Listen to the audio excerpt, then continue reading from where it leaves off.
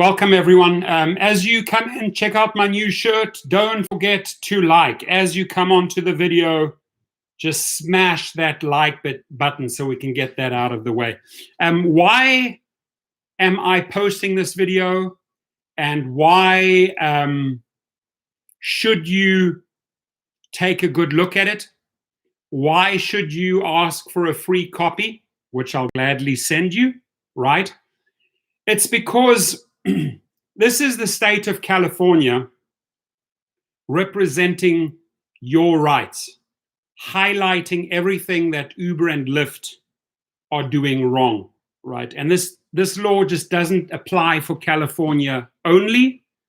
This is pretty much universal. Whether you're in Arizona, Florida, the legal argument is the same.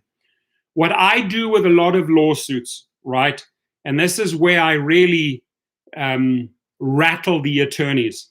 I look at lawsuits that have been won or won on appeal. I usually strip the entire verbiage down and I change it a bit and I file it in my name. It's called in pro persona, right? By doing that, I probably save myself a good $10,000, $15,000 sometimes, right?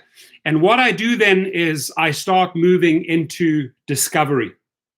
So what I'm saying here, ladies and gentlemen, is that this document, it's very, very long. And yes, I'm going to go through it line by line. You can check out anytime you wish. I completely understand if you check out because it's a lot of legal verbiage.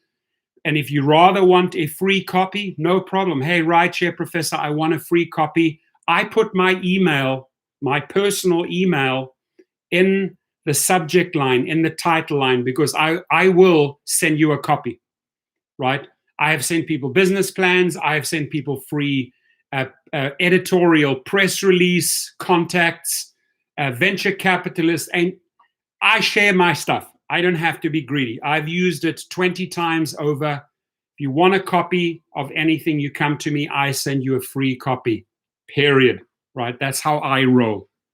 So this lawsuit, ladies and gentlemen, this was filed in the Superior Court of the State of California, County of San Francisco, unlimited jurisdiction. Obviously, I'm going to not really go through all the parties, the jurisdictions, the venue, all of that stuff, right? That's all boring. We're going to jump straight into the juice of this case. This case is you. This is your case. No matter whether you're in Florida, whether you are in New Mexico, whether you're in the Carolinas, whether you're in California, this is a duplication of your rights and your case against Uber and Lyft. You may act on it.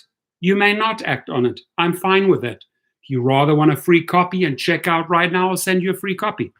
But it is so incredibly well laid out. It is so incredibly well written. It is so persuasive. And I have a thing for reading lawsuits, right? I'll check in, I'll check out. This had me riveted from the beginning till the end. And I think any legal scholar, any person out there wanting to study law, any youngster should really, really look at how this case is laid out, how persuasive the points are in this case. Now, I want to jump into the room. I want to acknowledge Dennis, Nifty 50, BB Junk Stuffix, Mario Cedillo, Abstract Impressions, Robin Reneth, Jimmy Safa, Shine Telemundo, Jeffrey Bennett, Mario Cedillo. The complaint for injunctive restitution and penalties, it's basically the people of the state of California, and you could put anything in there. You could say people of the state of Florida, people of the state of Texas, right? We're all rideshare drivers, right? This just happens to be filed by the Attorney General Javier Becerra in California that I've met personally, and his deputy is one of my very, very good friends. So I'm going to get so much more juice as this case progresses directly from his deputy. And I want to keep you informed. But for now, I think the best way I can keep you informed is to share this lawsuit with you, right? They are it versus Uber Technologies Incorporated, a Delaware corporation, Lyft Incorporated, a Delaware corporation, and DOE's 1 to 50 inclusive. Does anybody know what it means when they write and DOE's 1 to 50 inclusive? It means if they become aware of any other party that they can attach, they can just file an amendment and add names and add names and add names to the suit. That's how they write. They cover themselves when they say, and DOE's 1 to 50 inclusive. Now, verified answer required pursuant to Code of Civil Procedure, Section 446. I'm not going to read out all the legal terms and things. I'm going to go more and talk about the juice of this case. We have Sherelle in the house. Art Braza is in the house. San Diego rideshare drivers in the house. Trading US stocks is in the house. And yes, what about, good question, what about attaching Razia LLC? They do that. They do that in their First Amendment. This is just to say, hey guys, you put on notice, you two big companies will go after everyone, right? They do. So right on the top here, they lay out who the hitters are, right? The Attorney General, and then all the different city attorneys of San Francisco, of San Diego, of Los Angeles. If you would file the equivalent in Texas, it would be the Attorney General of Texas, and then let's say the City Attorney of Houston, City Attorney of Austin, City Attorney of San Antonio, City Attorney of Dallas, Texas, right? So this lawsuit can pretty much be duplicated anywhere. And I think it should be a really, really good eye-opener for all those other attorney generals in other states to go after Uber, because once you understand what you are owed in this case, right, it is mind-boggling. I don't think that people really know where they are owed money from Uber and Lyft. This lays it out. So there you have all the attorneys, they mention them. Introduction. I'm going to read you the introduction, and it'll take a while to get through this. We have plenty of time. We can jump back into the room. We can go.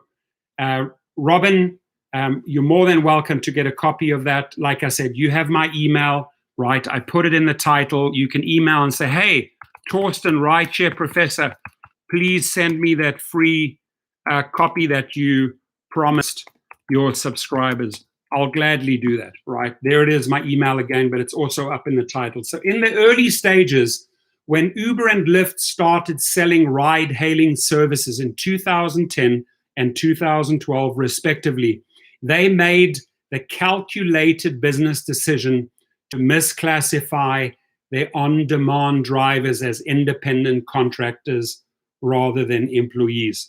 Let's stop there. Many of you, I know many people that would rather like to be treated as independent contractors. I know many people that want more rights and more money and say, you know, maybe I should rather be an employee.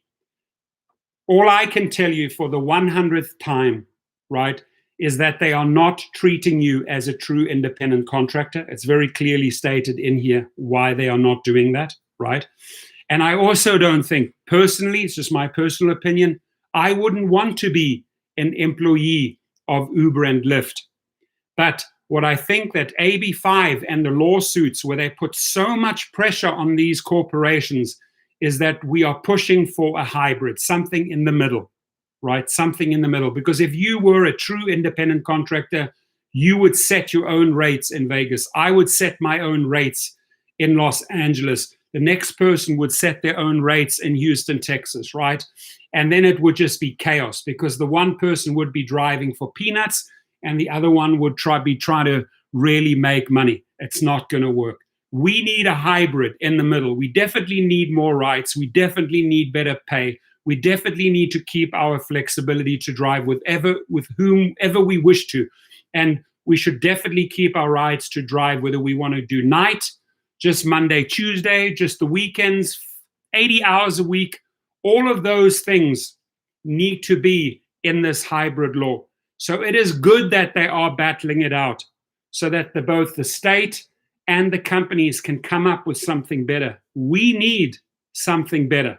We deserve something better. It is not right to work for less than minimum wage, right? And again, I'm going to reiterate this. I am not for employee status. I do not ever want to be an employee of Uber and Lyft. But I do think there is a new category in the works, whether it's a new gig worker law or a new gig worker classification, that all of us can benefit from. So they made the calculated business decision to misclassify their on-demand drivers as independent contractors rather than employees. Both companies continue to misclassify their drivers and have exploited hundreds of thousands of California workers in direct contravention of California law. I can also replace there and have exploited hundreds of thousands of Texan workers in direct contravention of Texas law. I can also replace and have exploited hundreds of thousands of Florida workers in direct contravention of the Florida law. It's universal, right? Samia, you're going to have to email me. I'm not going to go through thousands of messages here and pick out all the emails. My email is in the title of this video. Grab it and then email me and say, hey, Torsten, I want a copy of it. It's 27 pages long. Number two, by misclassifying their drivers, Uber and Lyft evade the workplace standards and requirements that implement California's strong public policy in favor of protecting workers and promoting fundamental fairness for all Californians, for all Texans, for all Floridians, for all, you get it, right?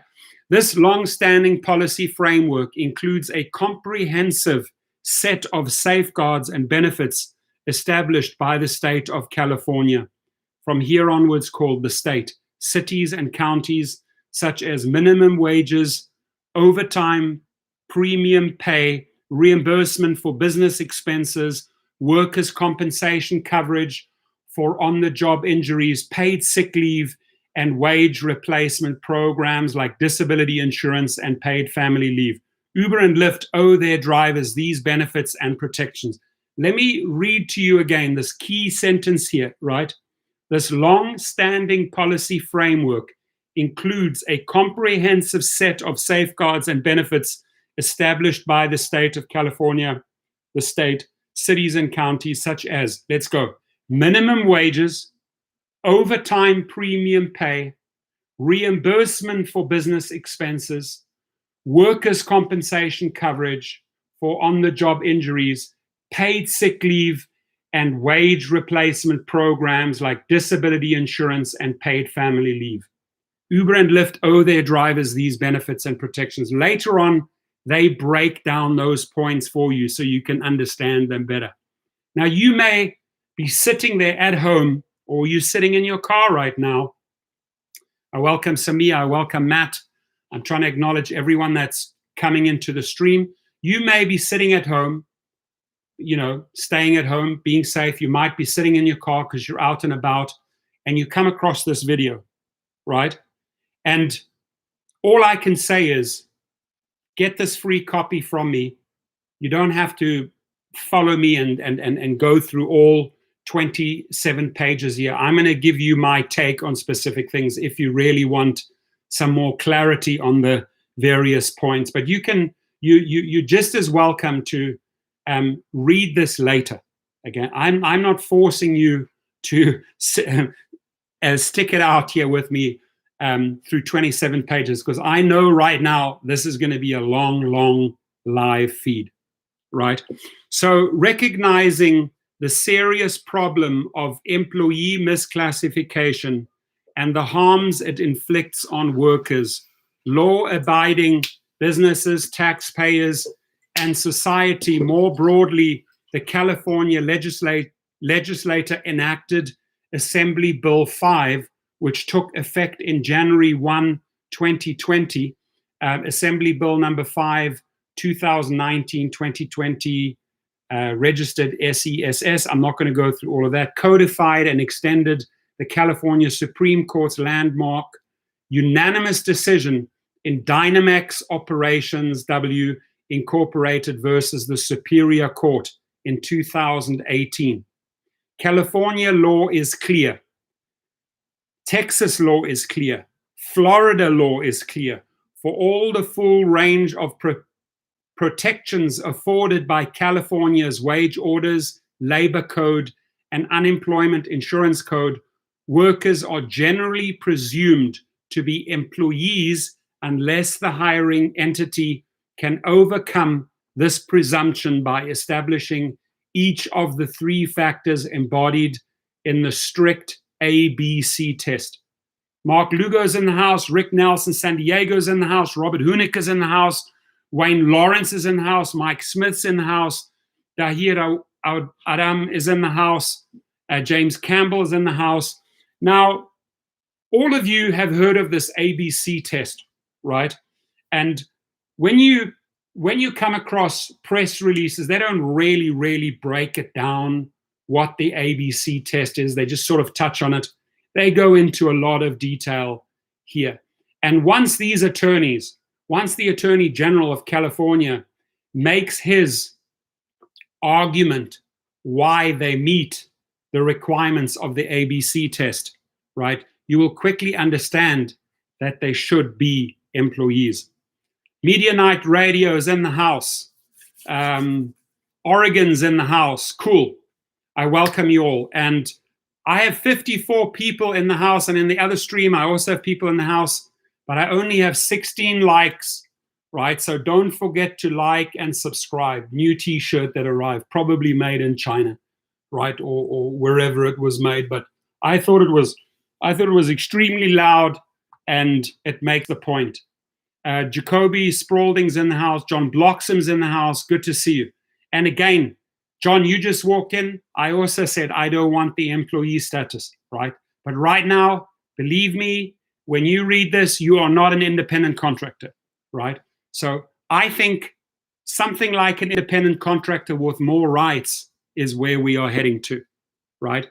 Uber and Lyft cannot overcome this presumption with respect to their drivers. Uber and Lyft are traditional employers of these misclassified employees. They hire and fire them.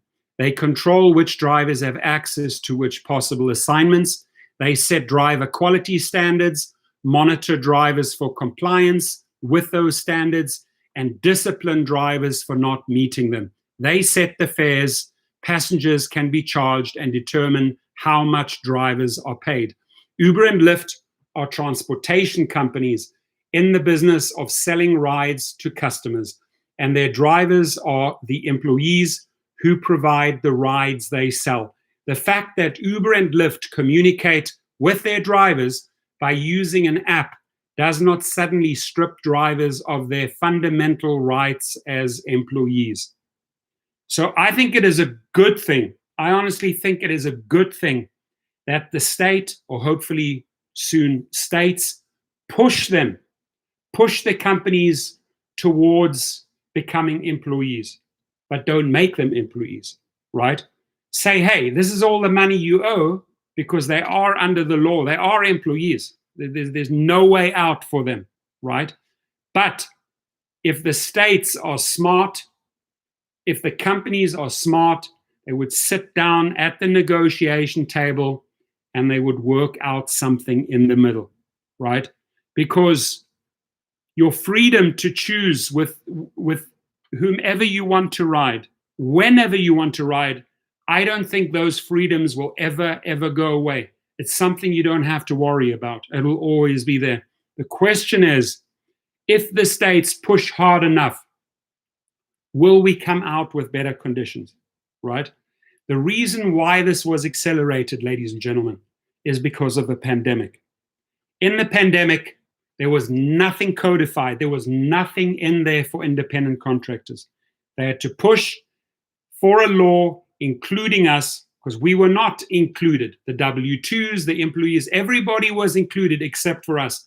As I say that right now, many of my brothers and sisters in the stream haven't received their monies yet, and employees have received their monies.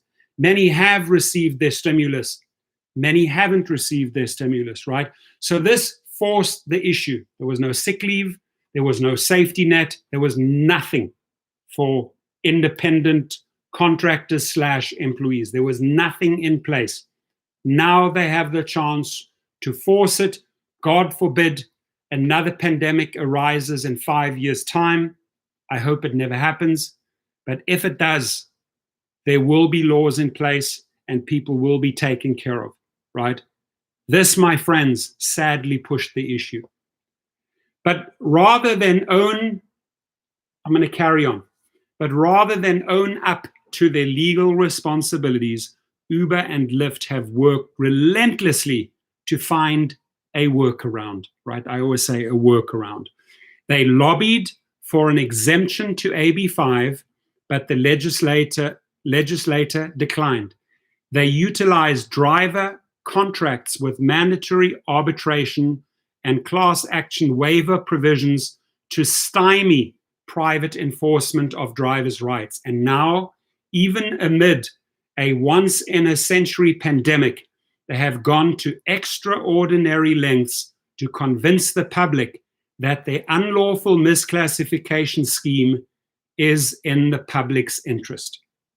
Both companies have launched an aggressive public relations campaign in the hopes of enshrining their ability to mistreat their workers, all while peddling that lie that driver flexibility and worker protections are somehow legally incompatible. As this case builds, it gets stronger and stronger in its verbiage. I'm telling you right now, I've read thousands of these type of lawsuits, right? I've written many of my lawsuits. This is in a class of its own. It's Moose in the house. Droomed 11, thanks for the Potter handy referral. You're welcome, and they will take really good care of you. They're awesome people. Robert Hunica says, make us wear uniforms now too. No face masks, no drive. Yeah. So they will want to take a photograph of you. You know, they have visual recognition, and then obviously you'll have some sort of covering on it. So they will probably recognize your facial features above the mask. They'll probably have to rewrite that software a little bit. That software, by the way, was developed by Israelis who came from the military. And then they also sold that software to Facebook and Google, the facial recognition software. Now they probably have to tweak it a bit. Why do they have to tweak it? Because the software probably has to recognize from the nose, the cheekbones up to the hair, and then the software will want to recognize that you have a mask. So if you're taking the photo, okay, Torsten or James or Tris is wearing the mask. Those are his eyes, his nose. I've got a big nose, by the way. And they say, okay, you're good to go. Tris, good evening. Rideshare Observer. John Bloxham, 100% correct. Yes, we need a hybrid. And that's what I'm pushing for too. And this in my conversations that I've had behind the scenes, I'm doing a lot behind the scenes. I'm not asleep, my friends. I work day and night, right? I did 3 deals today. I did 3 cars, sold 1 motorbike, probably made $6,000-7,000 today in one day. I don't sleep. I keep on going, keep on going, keep on going. I was on the phone with Javier's deputy, Robert McKim, and said, listen, what you need to push for is the hybrid. And please invite in drivers. I can get representatives from each city in California. I need them to sit down with Javier Becerra and understand that we don't want to be employees and we don't want to be true independent contractors, right? Because if we're true independent contractors, we have to set our own rates. We need something in the middle that makes sense. CENTS and SENSE. And he said, okay, I will see when the offices open up, when things loosen up, I will bring you in, right? So I'm going to go in. This is my chance now. I was always running up to San Francisco and Sacramento. I've been knocking on doors there. I've been sending people down in San Diego, Lorena Gonzalez, letters, emails. My best shot for us people to get the best deal, and not a deal. I would never sell anybody out, right? I would never push for 100% employeeship. I would never push for 100% independent contractor status and accept the status quo as is. I want better conditions in the middle, the flexibility to choose when you want to drive, and this is what I want to convey, mano to mano, right? Man to man, eye to eye with Javier Becerra. And I've really asked this deputy, I have to meet Javier Becerra and at least get that out there, put that out in the universe. And I think I can make a very convincing and compelling case with Javier Becerra if he gives me a little bit of one-on-one time. I have been promised that one-on-one time. It all depends when they go back to Hill Street in downtown Los Angeles. But I will get in front of him as I did probably a year and a half ago. So now, my friends, Uber and Lyft's motivation for breaking the law is simple. Uber and Lyft's motivation for breaking the law is simple.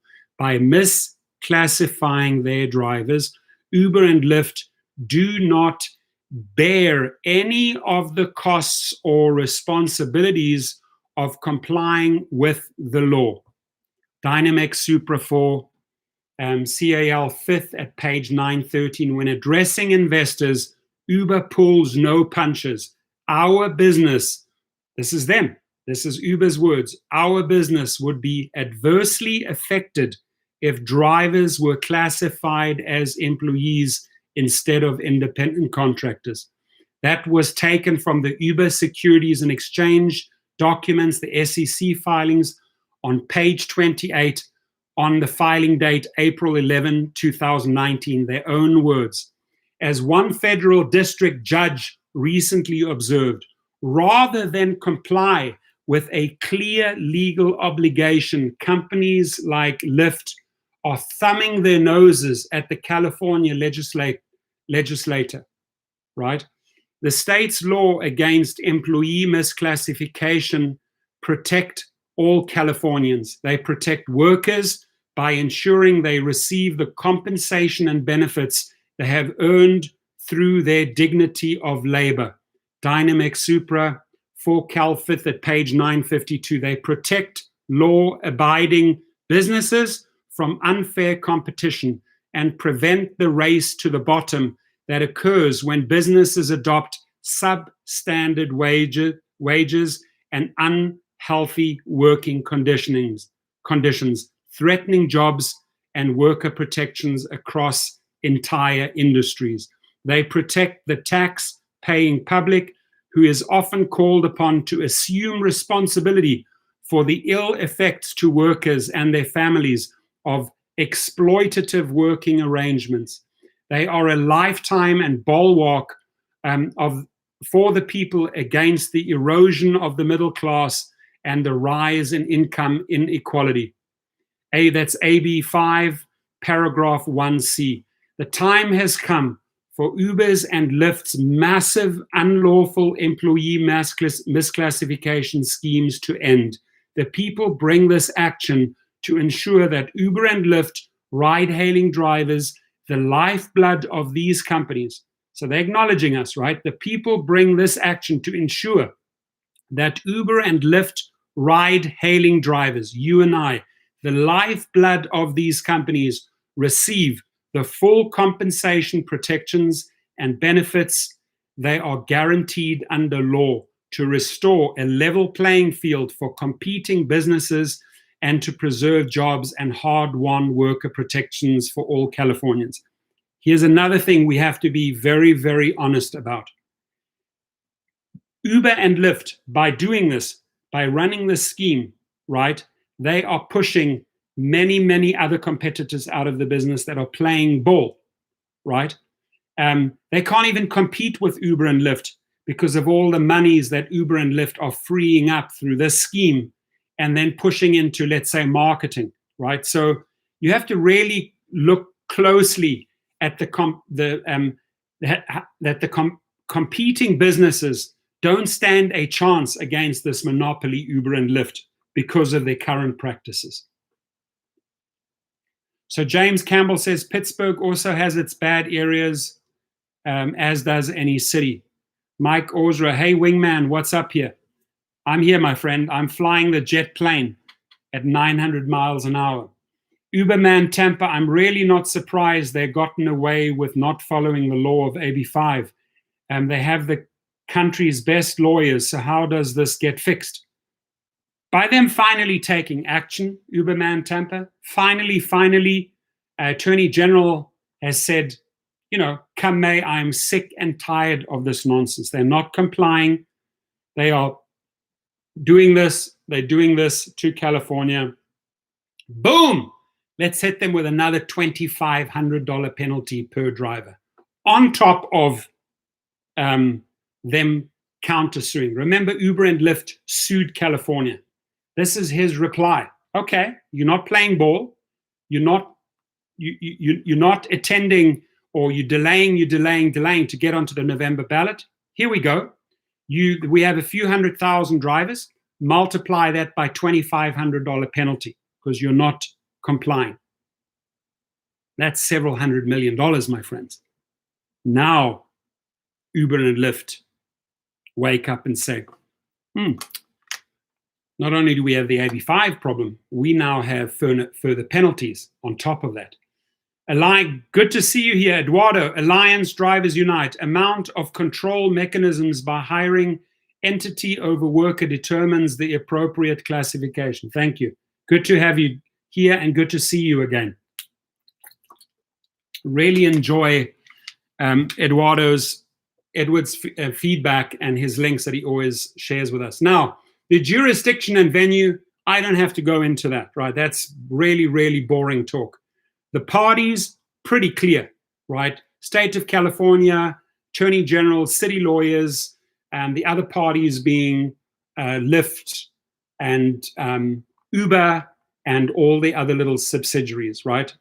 They are known as the defendants in this lawsuit. Remember in the other lawsuit, which Uber and Lyft and Postmates and two private individuals brought end of 2019, they were the plaintiffs. California was the defendant. Now they countersue in a new suit, and Uber and Lyft are the defendants. Attorney General, the state, and the city attorneys are the plaintiffs. So the defendants, very clear in this case, Uber Technologies and Lyft. Now it gets interesting. The factual allegations under Dynamex and AB5, California uses the ABC test to determine employee status.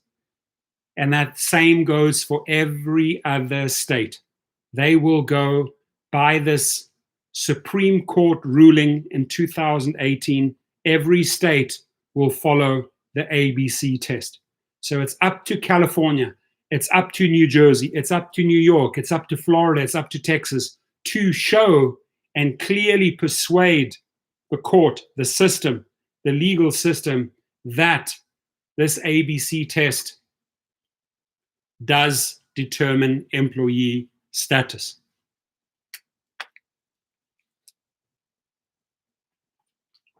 Elias is in the house.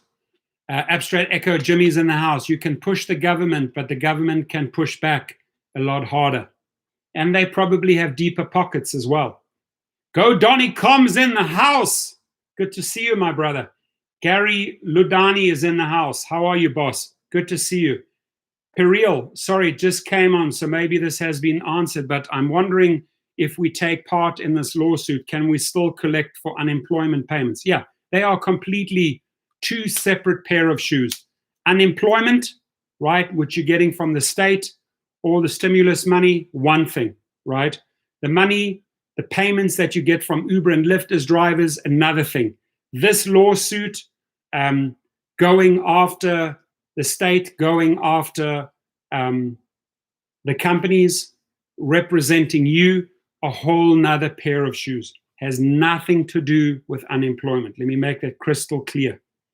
And I know I have another very strong legal eagle in the stream right now. I know that Abstract Echo, because I've read many of Abstract Echo Jimmy's comments, and I know that he's also very, very versed in the law, and I'm sure he will back me up on this, that unemployment and this lawsuit have nothing to do with one another.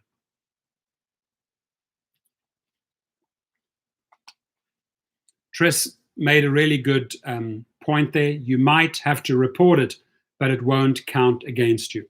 So the factual allegations, remember, this is the state, this is the people, this is us, the drivers. Under Dynamex and AB5, California uses the ABC test to determine employee status. The California Supreme Court's 2018 decision in Dynamex Supra, along with the passage of AB5, which went into effect January the 1st of this year, have established that the ABC test governs the determination of whether a worker is properly classified as an employee or independent contractor for purposes of the Labor Code, the Unemployment Insurance Code, and the wage orders of the Industrial Welfare Commission, IWC. Under the ABC test, for workers to be properly classified as independent contractors rather than employee, a hiring party such as Uber or Lyft has the burden of establishing that all of the following three conditions are satisfied. A, the worker is free from the control and direction of the hiring entity in connection with the performance of the work, both under the contract for the performance of the work and in fact. B, the worker performs work that is outside the usual course of the hiring entity's business. And C, the worker is customarily engaged in an independently established trade, occupation, or business of the same nature as the work performed under Labor Code, paragraph 2750 3A, paragraph 1C, generally Dynamex Supra. I'm not going to quote the law there, but it's in the document. If you request this 27-page document, I will take my time and email it to you, right? These three requirements are referred to as parts A, B, and C of the ABC test, respectively, because the hiring entity must establish all three parts of the ABC test in order to lawfully classify a worker as an independent contractor. The hiring entity's failure to satisfy any one part of the ABC test results in the worker in question being classified as an employee rather than an independent contractor. And that's Dynamex Supra 4 Cal the 5th at page 963. Look it up. Now, each defendant operates a transportation service that sells on-demand rides provided by drivers whom each defendant has misclassified as independent contractors. Okay, so they now make the argument that, hey, Uber, Tony West likes to call themselves a tech platform. They just flat out make the argument, ladies and gentlemen, you are a transportation company, right? And you sell on-demand rides provided by drivers whom each defendant has misclassified. For the purpose of this complaint, drivers refers to individuals who fall into one or both of the following two categories.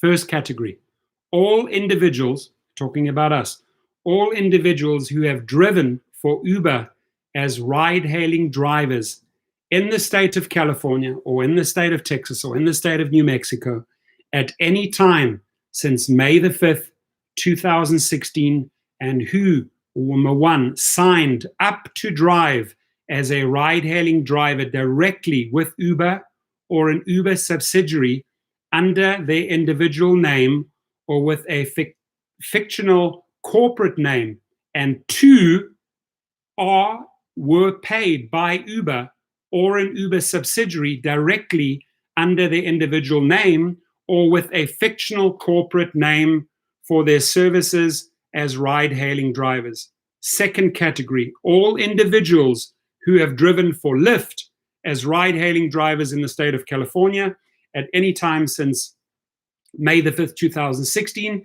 and who, one, are signed up to drive directly with Lyft or as Lyft subsidiary as ride-hailing drivers under their individual name or with a fictional corporate name, and two, are or were paid by Lyft or a Lyft subsidiary directly under their individual name or with a fictional corporate name for their service as ride-hailing drivers. Passengers refer to individuals who receive Uber and or Lyft ride-hailing services through such drivers. That's how they classify drivers. David J says, let's flush Dara down the toilet.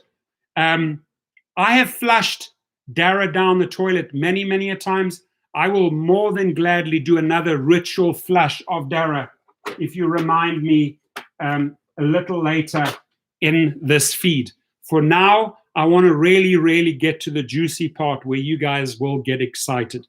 Each defendant operates a ride-hailing transportation service in which passengers may request and pay for on-demand rides from either defendant by using that defendant's smartphone application, the Uber app, the Lyft app, commonly known as the app, or the defendant's app, respectively, and collectively apps or defendant's apps, right?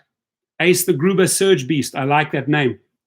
Dara Khosrowshahi is indeed a big joke. By the way, what did you guys think of their move on Grubhub today?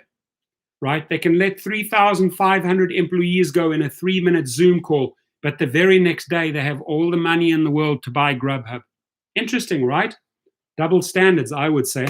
Each defendant has hired hundreds of thousands of ride-hailing drivers across the state of California, across the state of Texas, across the state of Florida, to provide on-demand rides throughout the state to passengers who book such rides through either defendant's app.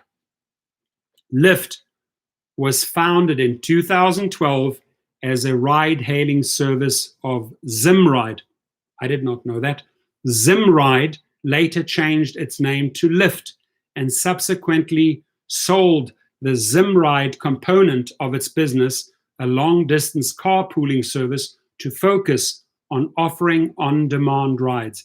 As of January the 2nd, 2020, Lyft had a market capitalization of approximately $13 billion US. Uber was founded in 2009 as a ride-hailing service. As of January the 2nd, 2020, Uber had a market capitalization of approximately $53 billion. Among the various ride-hailing options offered by defendants, Uber and Lyft, by far the largest is an option in which individuals with non-commercial driver's licenses provide on-demand rides to passengers via each defendant's app using ordinary passenger vehicles. Lyft refers to this on-demand option as Lyft. Uber refers to this option as UberX. UberX. And by the way, I would say 76 to 78% of drivers are in that UberX category. The remaining, these are the real percentages, the remaining 24%, right, fall into other categories such as XL, minivans, SUV, black, comfort, luxe. The same goes for Lyft. Under the ABC test, each defendant misclassifies its drivers. It's going to get better and better. I get really excited about this stuff. I love the law. I love using the law. Nameless, due to skill, strength, lousy attitude, slow, etc. Not sure I'm following you. Oh, I see. Alliance, a hybrid class to accommodate Uber and Lyft will undermine both classes. Independent contractors and employees' flexibility and freedom can be afforded drivers even as employees. IC is required to be free just as a plumber, says Alliance #Drivers Unite. MZ Lizzie G is in the house, nameless. So why is your attention so intense on this live? Laughing my ass off, you're a joke. It's okay. You may think I'm a joke, but I fight for the drivers, right? And I would hate to look into your bank account right now, right? So let's not talk about jokes, because once you're pointing fingers, you are judging people, right? So if you want to call me a joke, that's your own. I'm not nameless. My name is in the email above. Probably you can't probably read, right? Do you have a problem with reading? Doesn't look like you have much of an education there if you can't even read my name in the title. It's written out there, Torsten Kunert. I have a name, I have an identity. Lizzie G doesn't really stand for much, does it? MZ, what does MZ stand for? Right? That to me, clueless, nameless, right? So good try. Unfortunately, your bullshit goes straight by here. Slap, slap, we ignore. Under the ABC test, each defendant misclassifies its drivers. Since first launching their ride-hailing service, each defendant has misclassified and continues to misclassify its drivers as independent contractors instead of employees. Each defendant requires its drivers as a precondition of providing rides through the defendant's app to agree to standard form contracts and addenda. Each defendant's contracts and addenda contain standardized terms and conditions that each defendant sets regarding its driver's work.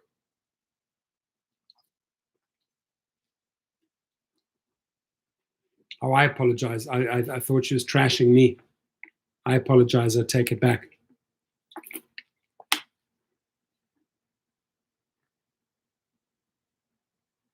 I don't know who. So, Ms. Lizzie, I apologize. I thought you were going off on me, right? And calling me nameless. I thought I'd identified myself as Torsten Kunert, rideshare professor. So I owe you an apology right now. You'll get it. But I'm not sure what nameless is about. Actors are a dime a dozen. For those who think they have skills like acting, LOL, dream on. So I don't know what nameless. Firstly, if you're nameless, you don't have an identity. You don't identify with anything, right? And if you're here to stir shit, if you're here to troll, let me know, because I have a surprise for trolls, right? So musicians are a dime a dozen, actors are a dime a dozen. I'm not sure how that. Should we do a vote here? Who wants to flush troll? I mean, who wants to flush nameless? Who wants to keep nameless?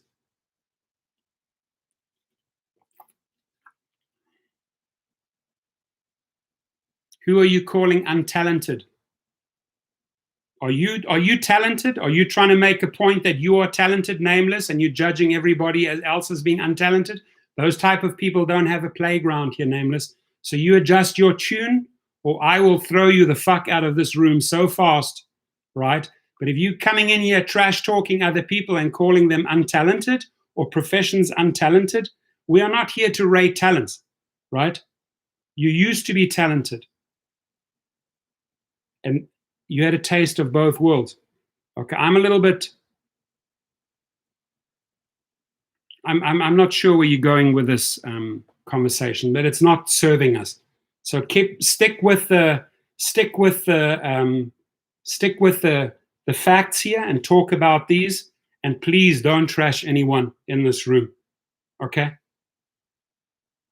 Don't trash anyone here. So keep it real, because you're about to be flushed out of here. So under the ABC test, each defendant misclassifies its drivers. Since first launching their ride-hailing services, each defendant has misclassified and continues to misclassify its drivers as independent contractors instead of employees.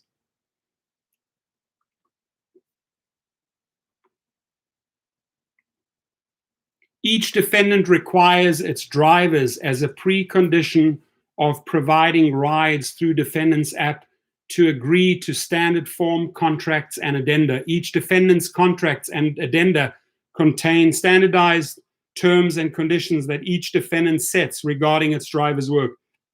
Each defendant's contract and addenda also contain boilerplate language unilaterally designated each defendant's drivers as independent contractors.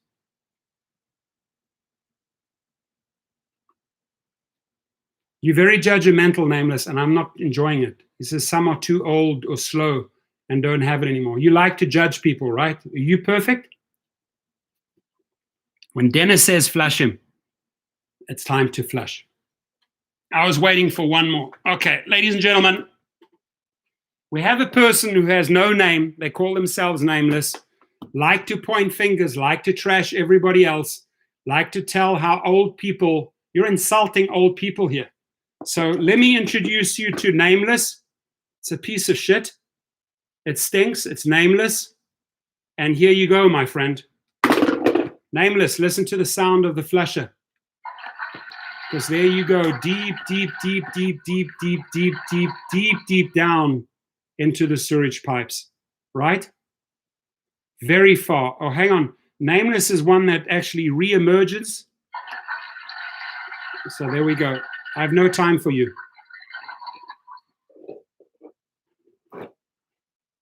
No identity, Nameless, and trashing everyone else. So the people have spoken. Several people gave the flush command. I listen to my subscribers. If my subscribers say flush, flush, flush, if multiple people say flush, obviously we have a troll amongst us. And gone he is. Into the deep pipes.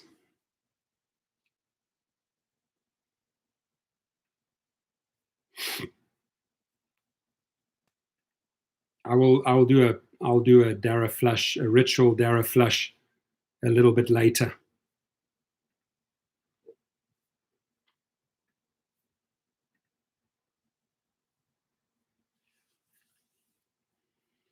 I don't know, people that, not to go off course here because I really want to stick to the facts, right? But people who come into a room with an identity called Nameless, they don't have a name, they don't have an identity, they call themselves Nameless, and then they start doing this. Old people that, this people that, those people are untalented, right? Who on earth do they think they are? They don't even have an identity. So I'm very, very happy that the House has spoken. Exactly. Now, on to more important things. Part of the ABC test, control and direction. Part of the ABC test is control and direction. Each defendant, obviously defendants, every time you hear the word defendants, just automatically think Uber and Lyft, right? This is the suit California against Uber and Lyft. So the defendants always, when you hear the word defendants, it's Uber and Lyft. Each defendant retains all necessary control over its driver's work, which is to transport passengers from point A to point B in a car. Can't say it more simple, right? There it is. Each defendant's app, the Uber app, the Lyft app, in combination with each defendant's policies, functions like an algorithmic manager that effectively supervises its drivers like a human manager. Interesting, right? Each defendant determines what drivers are eligible to provide ride-hailing services on its app and can change its driver standards in its discretion. Each defendant dictates the types of cars it drivers. Each defendant dictates the types of cars its drivers may use on its app, as well as the standards its drivers' vehicles must meet. Each defendant can change its vehicle standards in its discretion. Don't we know about that? Changing the vehicle standards at its discretion. How many millions upon millions upon millions of dollars has that cost us, right? Some people go out and get a car, they buy an SUV, The next thing, 3-4 months later, they change the category, they change the conditions, and you're stuck. Don't we know about that? Driver's tenure with each defendant is for an indefinite time, but each defendant retains the right to terminate or pause a driver's tenure at any time in accordance with terms, conditions, and policies that each defendant sets in its discretion. Brooke B, you have my email. I'll show you how to do it. I'll show you how to get money from them. Each defendant, what state are you in, Brooke B? Each defendant sets the fares that passengers pay for rides received through its app. Each defendant, Uber and Lyft, not its drivers, collects fare payments directly from passengers. Each defendant sets the amount of compensation that it pays its drivers for providing ride-hailing services to passengers on its app. Each defendant handles invoicing, claim, and fair reconciliation and resolution of complaints that arise from its drivers and passengers. Each defendant mediates and resolves conflicts involving its drivers in its discretion, ranging from driver-passenger disputes to allegations of driver or passenger misconduct, to lost items, damaged vehicles, cleaning fees, and driver complaints of not receiving the full amount of compensation for ride-hailing services provided through the app. Each defendant monitors its driver's work hours and logs a driver off. Brennan, you only have to say it once. I heard you. Each defendant does not freely permit its drivers to choose their routes. For example, if a passenger complains to a defendant about the route used by a driver, here we have another little troll screaming and crying for attention. Screaming and crying for attention, Brennan Lormond. Did you not get the attention as a little child?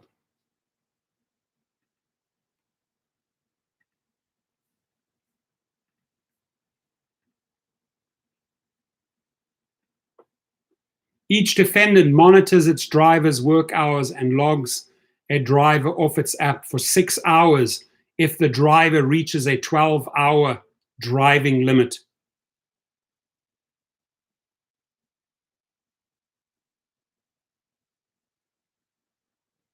Each defendant does not freely permit its drivers to choose their routes. For example, if a passenger complains to a defendant, Uber and Lyft, about the route used by a driver, each defendant reserves the right to adjust the fare if it decides that the driver took an inefficient route. Listen to that. I mean, these guys are getting into the detail, my friends. And by the way, check this t-shirt out. Don't forget to like and subscribe, ladies and gentlemen. There it is. I bought this t-shirt today to get likes and subscribers. So don't be shy. Smack that button right now. I want to read number 44 again. Each defendant does not freely permit its drivers to choose their routes. For example, if a passenger complains to a defendant, Uber and Lyft are the defendants, about the route used by a driver, each defendant reserves the right to adjust the fare if it decides that the driver took an inefficient route. Who do I need to flash? I think I flashed him.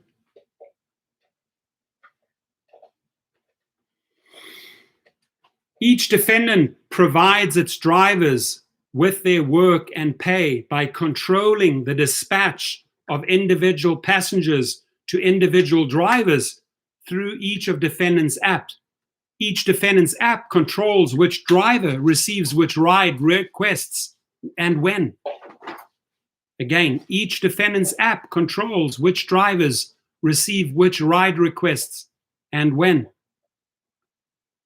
Each defendant controls and limits the information available to its drivers and passengers through each defendant's app, which each defendant may change at any time without notice.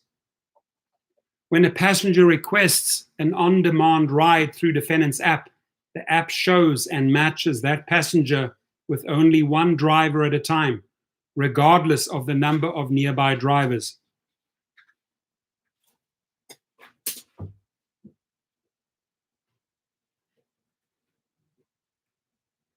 Appreciate that, Nessa. I read it, Nessa. Mike, Shams, you're right. Could be. So, when a passenger requests an on-demand ride through defendant's app, the app shows and matches that passenger with only one driver at a time, regardless of the number of nearby drivers. Similarly, when a driver is available to provide an on-demand ride, the app shows and matches that driver with only one passenger at a time, regardless of the number of nearby passengers.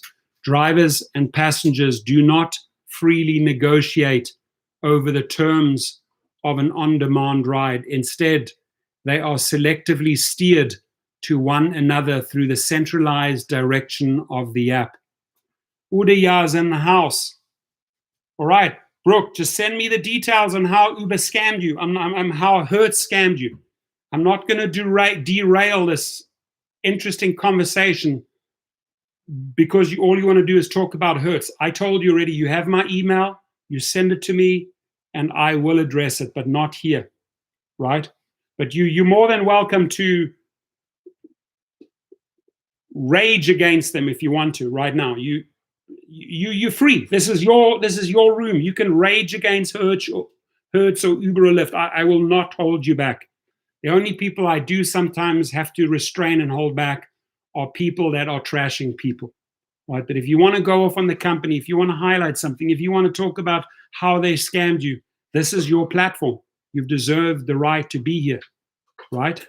So, but again, I set very clear boundaries, right? Anyone that is pointing fingers and trashing. Liam, do you want to tell the people in the house what you won yesterday? So my fiance's son is Liam, and he won a big award, and that took place between all the schools or the school districts. Come over here, explain it. This is amazing. This kid is amazing. Come over here. So I got food in my teeth. So that's Liam. Hello. That's my fiance's son. He's an awesome kid. So what happened yesterday? You won a cruise. You won a cruise, right? Yeah, I won a cruise. And money. And how old are you? 14. 14. And how did you win that? And how many people did you compete against? I'm not sure how many people I competed against, but I think it was like 150. 150 somewhere people? around that. Okay. And in the entire school district? Yeah, the entire school district, like 1,000 or our school district, yeah. Right? And you got the number one. You got the number one prize, right? And yeah. What did you have to do to achieve that wonderful accomplishment? Well, first I had to write 2 essays, and one of them was about the what was one obstacle that I had to overcome. Okay. And then the second one was about what I think it was about what the club means to me, because it was for Boys and Girls Club. So Boys and Girls Club. So okay. I won Youth of the Year for the Boys and Girls Club. Youth of the Year for the Boys and Girls Club in our school district. Here he is, Liam. And I am super proud of you, dude. I'm super proud. This is like my third boy. I've got Dylan and Ryan, 16 and 14, and then I have another 5th. I mean, I got it all covered. And I got 2 girls, Gwen and Danu. You've met them all. I'm sure all of you guys have met all the kids, right? This is Laura's eldest, Liam, and I'm super proud of you, dude. Thank you. Awesome, well done. So yeah, he deserves it. He puts in so much work. He puts in so much effort. He's just such a great kid. He really is. So I'm super excited for him. So number 47, when a passenger requests an on-demand ride through defendant's app, the app shows and matches that passenger with only one driver at a time, regardless of the number of nearby drivers. Similarly, when a driver is available to provide an on-demand ride, the app shows and matches that driver with only one passenger at a time, regardless of the number of nearby passengers. Drivers and passengers do not freely negotiate over the terms of an on-demand ride. Instead, they are selectively steered to one another through the centralized direction of the app. Right? That makes sense. Thanks, Mohammed. Very nice. Thanks for everyone for wishing him. I'm going to show him the feed later. Each defendant's app hides, listen to this, each defendant, and again, when I say use the word defendant, it's always Uber and Lyft, right? Each defendant's app hides from its passengers key information about its drivers, experience, and vehicles, limiting drivers' ability to differentiate themselves and increase their earnings in the way a true independent contractor or entrepreneur typically would. And this is the point you guys have to allow yourselves to sink. This has got to sink in. This has got to sink in, because many people argue with me and say, but we are independent contractors. They are treating us as independent contractors. No, you think they are, but they're not, right? And here is the key argument of this. Each defendant's app, Uber and Lyft's app, hides from its passengers key information about its drivers' experience and vehicles, limiting drivers' ability to differentiate themselves and increase their earnings in their way a true independent contractor or entrepreneur typically would. Now, in my world, where I have my private limo company, where I set my rates, where Torstenkunert sets his rate, completely independent contractor, right? I'm competing against Westlake Limos. I'm competing against tons of limo companies in LA. But I get to set my rates. I get to set my conditions. You can accept them or you can decline them. If you accept them, I pick you up, I take you to the airport, and you pay me the amount that I, Torsten, have set for you, right? In that scenario, I can tell you, I am truly an independent contractor who decides which passengers I want to take, which I leave behind, when I want to work, when I don't want to work, right? So there's a really big difference, and too many of us, and not all of us, but too many of us we truly think that we are independent contractors when we're not. Alfredo, I know it's long, I know it's boring, but it'll be very, very informative. And it's really good to see how this Attorney General speaks up for you, for me, for every single human driver or food delivery person, for every gig worker out there, because this is not just a California thing. This is a United States thing, right? Because we're all gig workers. We're all, we would like to be, and we'd like to be truly treated as independent contractors, right? So each defendant's app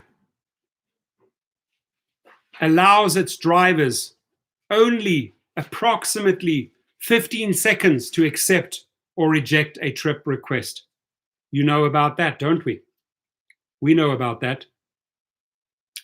Drivers for each defendant who consistently do not accept, listen to this, drivers for each defendant who consistently do not accept or reject trip requests within the 15-second time limit may be temporarily logged out from each defendant's app. The length of this bar is within each defendant's discretion. That's that little punishment thing they like to do with us, right? We'll punish you if you do not accept or if you reject. Number 51, each defendant's app tracks its drivers. Drivers for each defendant must notify the respective defendant through its app of the driver's trip status at every key step of the on-demand ride. Number one, acceptance of the passenger's ride request. Number 2, arrival to the pickup location of the passenger. Number 3, start of the trip. And number 4, end of the trip. Each defendant uses its app constantly to monitor and control its drivers' behavior while its drivers are logged into the app. The long, sweet version of that, or the short version of that, is they completely monitor and control all of our whereabouts when we are on their app. And Miss Lizzie G, I owe you an apology. I am so sorry. Okay, I truly am sorry. I thought that you were boom, boom, boom, boom, boom, going off on me, and you were actually going after this nameless character, and I got rid of this nameless character for your sakes, for my sake. So you were right in calling him out. I was wrong in assuming that you were attacking me, and for that, I apologize. And thank you for accepting my apology. Now, each defendant specifies detailed rules for drivers to follow to create a uniform ride experience from which each defendant derives its brand recognition, reputation, and value. These rules, which each defendant bills as suggestions or tips, covers matter such as music, how to pick up passengers, and what its drivers can and cannot say to passengers. Let me read that again. These rules, which each defendant bills as suggestions or tips, covers matters such as music, how to pick up passengers, and what its drivers can and cannot say to its passengers.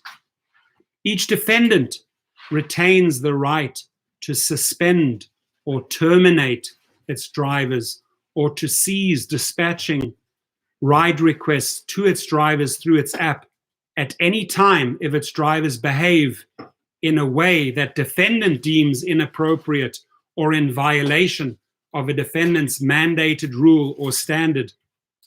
These driver behaviors can include, among other infractions, canceling too many rides, not maintaining sufficiently high passenger satisfaction ratings, or taking trips routes each defendant deems inefficient. We know, you and I know, that is an unfair formula that they use there.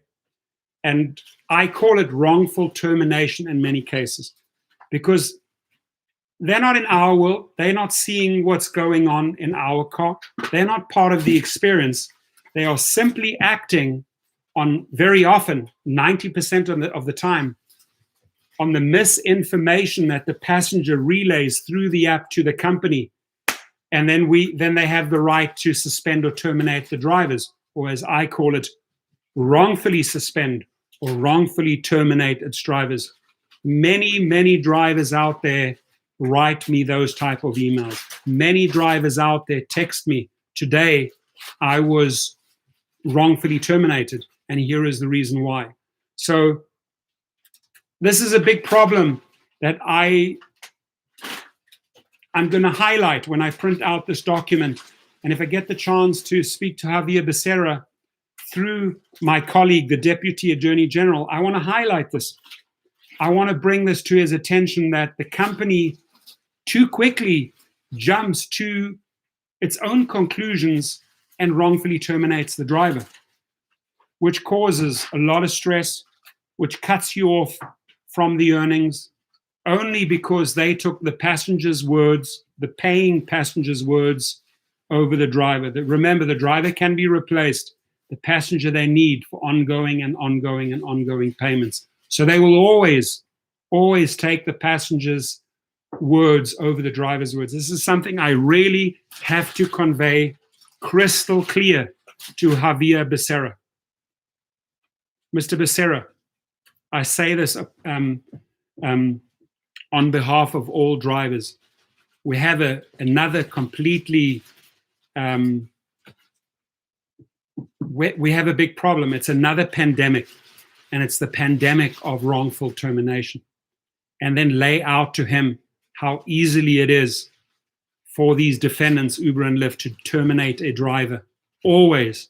always taking the passenger's words over ours. I think he will understand it when I break it down bit by bit by bit.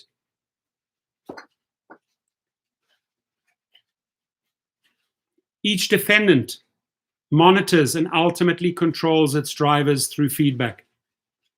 Miss Lizzie, thank you. Thank you for keeping the space. Troll free. That's it. And Lizzie, if you ever want to get rid of a troll, I've got the toilet bowl right here. I owe you one. I'll flush them so fast. We had to flush a troll. No, we flushed 2 trolls today. Each defendant monitors and ultimately controls its drivers through feedback it solicits from its passengers on every ride via a rating system that each defendant uses to assess its driver's performance. Each defendant's app solicits feedback and prompts its drivers and passengers to rate one another from 1 to 5 stars for each defendant's benefit, as each defendant uses the ratings for its own discipline of drivers, right? And that the way they discipline, or the way they, let me say, wrongfully terminate the drivers based on these random 1 out of 5 star ratings, accompanied by another false accusation, or he looked high, or he smelled like alcohol, I had to give him 1, just so that they can get out of the fare, right? That has to be addressed. It has to be addressed in this new law, that there are protections. There has to be a body that looks at the driver's side as well as the passenger side and then makes a verdict. Not just, oh, passenger told us that, great, we act on that, we wrongfully terminate. It's a one-sided affair, ladies and gentlemen. Each defendant determines the type of data and feedback its drivers and passengers may submit via its app. Each defendant also defines what basis its passengers and drivers may provide feedback through its app. Each defendant uses information from its passenger ratings to make decisions about disciplining or terminating its drivers. If the average rating of a defendant's driver falls below a certain threshold set by a defendant may suspend or terminate that driver from providing ride-hailing services on defendant's app. And I made that comment at 1 hour, 17 minutes, and 38. This needs to be highlighted. But I got to make a note that when I reference this video, I want to say, look, a coin has 2 sides. You have to always listen to both sides. You cannot adopt the defendant Uber and Lyft's principle that 90% of the time leads to wrongful deactivation. Las Vegas Uber driver in the house says 100% agree, but at the same time, some drivers deserve to be terminated. Look, there are definitely drivers that deserve to be terminated, right? Definitely, no doubt about it. There's definitely drivers out there that don't meet your standards, my standards. Robert Huneker says good night, and everybody else. Get some good rest, Robert. Thank you for being here. No doubt about it. But I'm talking about the majority of the cases. I'm talking about the majority of the cases presented by passengers, right? A lot of them, sadly, lead to wrongful termination.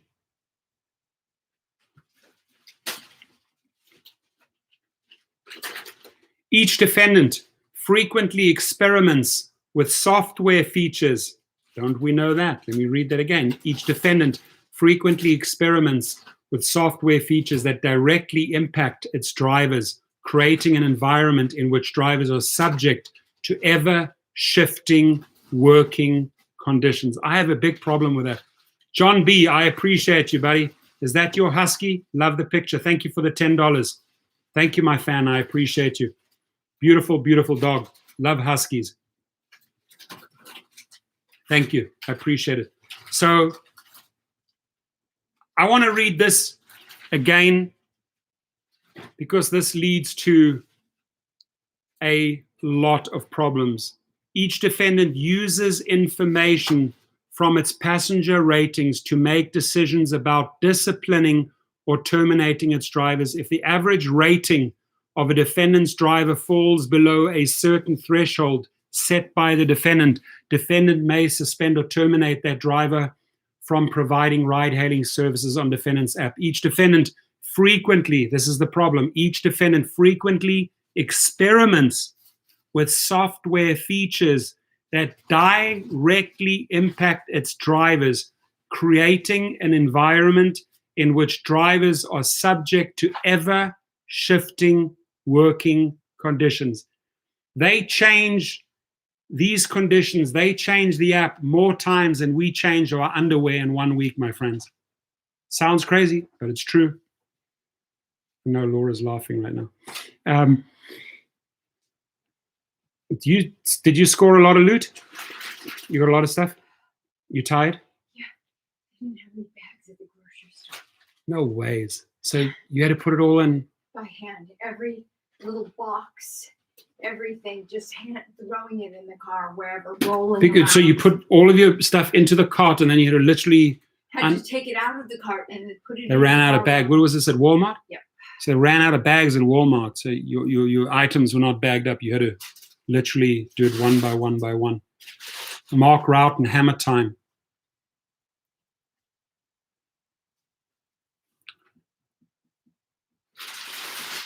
You know, that is sad. Somebody, Las Vegas Uber driver, said there are YouTube channels fully dedicated on teaching people how to get free Uber and Lyft rides. We need to shut those down. If you can send me the links, I would literally have an attorney write a letter to YouTube, right? Because you are basically, those channels need to be shut down because they are teaching people to break the law and to hurt the drivers. And YouTube will act on that, right? So we have to point those out. Slide Hammer says, the only good hammer is a slide hammer. I like it. Robert Reenan says, download SS8 form and send it in. IRS will determine status of submitter, and this information will be more data accumulated for the California complaint that proves Uber did not treat drivers as independent contractors. I love it. I always appreciate your feedback.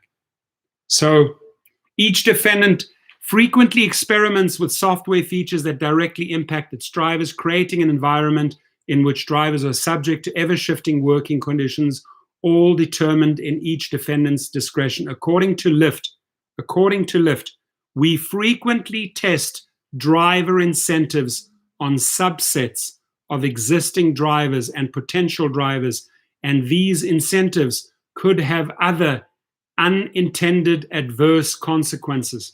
See Lyft SEC 10K, page 20, filing date February the 28th, 2020. According to Uber, there are over 1,000 experiments running on our platform at any time.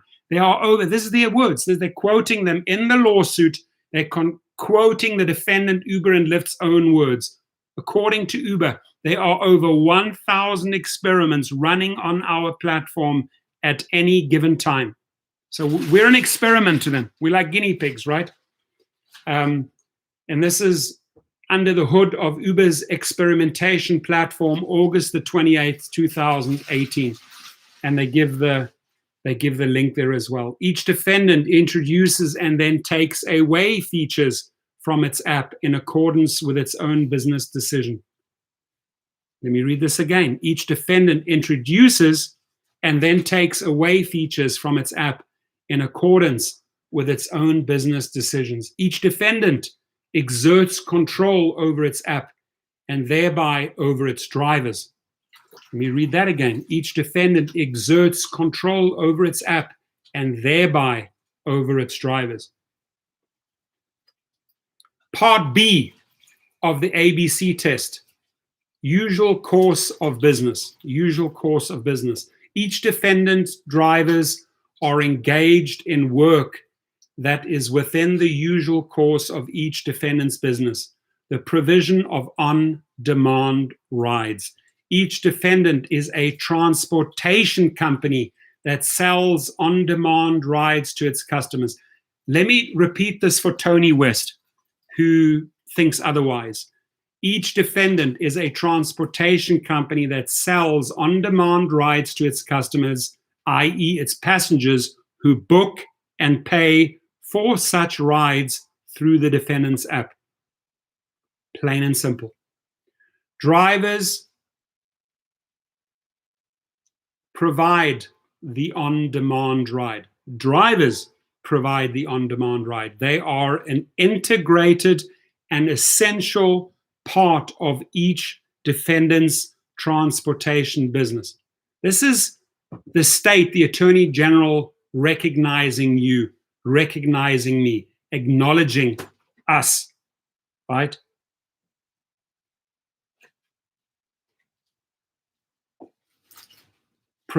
Drivers provide the on-demand ride. They are an integrated and essential part of each defendant's transportation business. The immediate availability and temporal convenience of an on-demand ride is the service that each defendant sells to its passengers. Each defendant publicly holds itself out to the public as a transportation company in the business of selling on-demand rides. And they completely deny this. But I love it when smart attorneys bring in evidence to counter that claim. Here it is.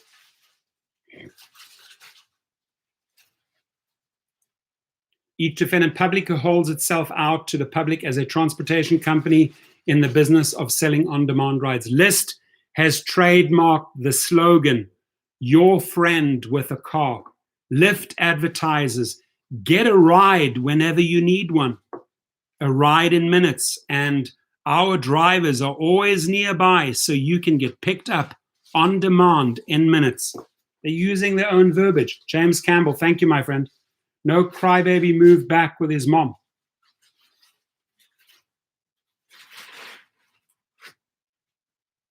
I did not know that. Thank you for letting me know. I was just concerned about No Crybaby's health, because he had some major health issues. Now, so they say they're not a transportation company, and then the Attorney General goes out and says, but hang on 1 second, you trademarked Lyft, you trademarked the slogan, "Your friend with a car." Lyft, you advertise, "Get a ride whenever you need one. A ride in minutes, and our drivers are always nearby so you can get picked up on demand in minutes." Uber has trademarked the slogan, "Everyone's private driver." Uber advertises, "We built Uber to deliver rides at the touch of a button. Always the ride you want. Request a ride, hop in and go. Sign up to ride, rides on demand. And get a reliable ride in minutes at any time and on any day of the year."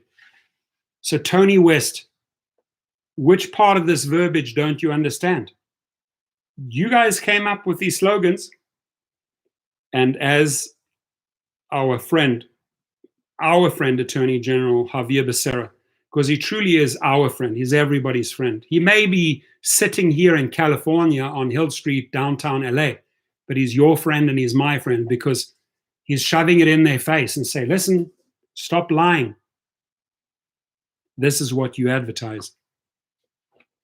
Each defendant represents to passengers that it prescribes the qualifications of drivers on its apps, as well as standards for drivers' quality of services.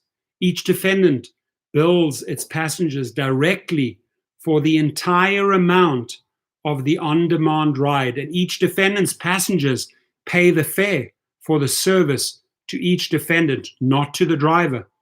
If a passenger has an issue with the quality of the on-demand ride provided through defendant's app, they report that problem to the defendant, and defendant may refund or cancel the passenger's fare. Right? So they're really going into a lot of depth proving the ABC test.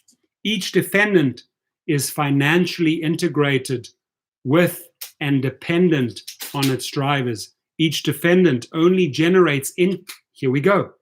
each defendant only generates income for its ride-hailing business if its drivers transport and provide ride to passengers.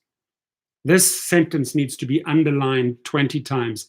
Each defendant only generates income for its ride-hailing business, Uber and Lyft, if its drivers transport and provide rides to its passengers.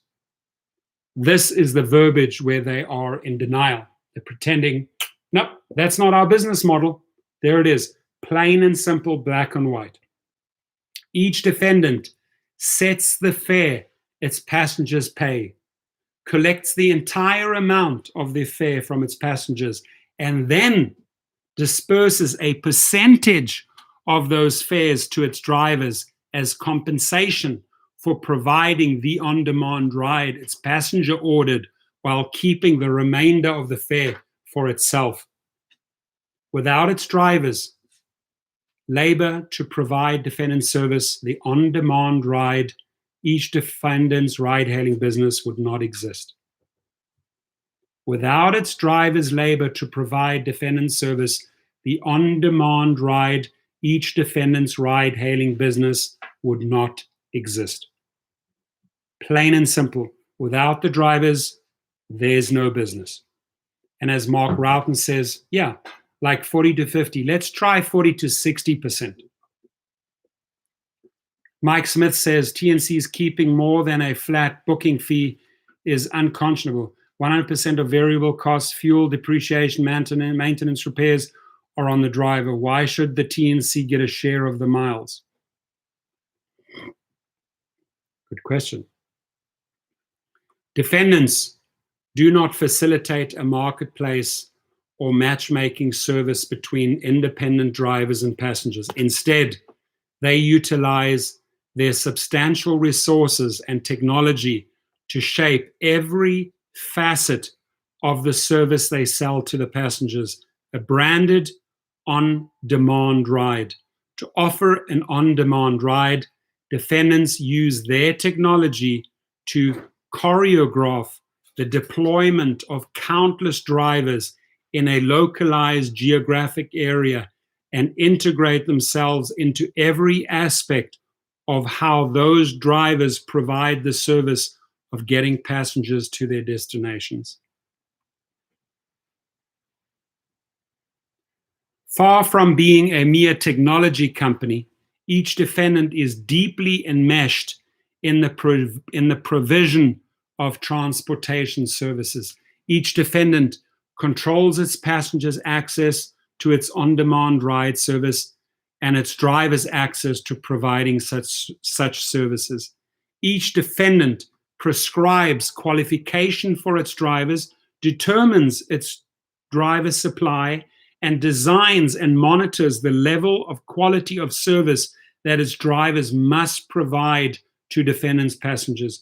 Each defendant sets the fees, pricing, and incentives on its ride, and each defendant uses its app to distribute its drivers across a geographic area to provide an on-demand ride at a price and quantity that each defendant, in its business discretion, deems the most beneficial to its business model and delivery of services.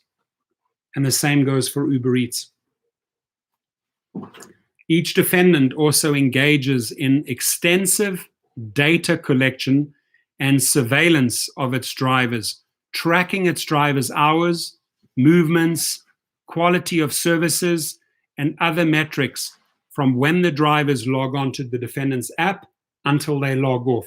Each defendant uses this data to monitor and make disciplinary decisions regarding its drivers as well as for other business purposes. Do you mind giving me another bottle of water? I got it. I just went through 2 bottles of water. Gracias. Take one. No, I've got water.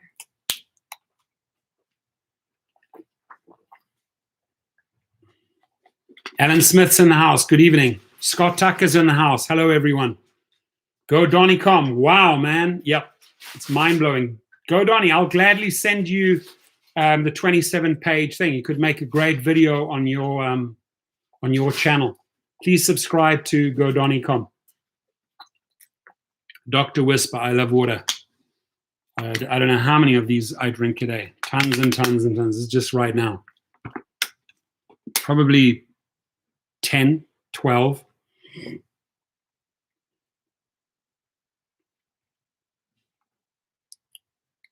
So, Lyft's prospectus for its 2000 initial public offering, IPO, describes how its overall business strategy depends on its drivers. Let me repeat that. Lyft's prospectus for its 2019 initial public offering IPO describes how its overall business strategy depends on its drivers.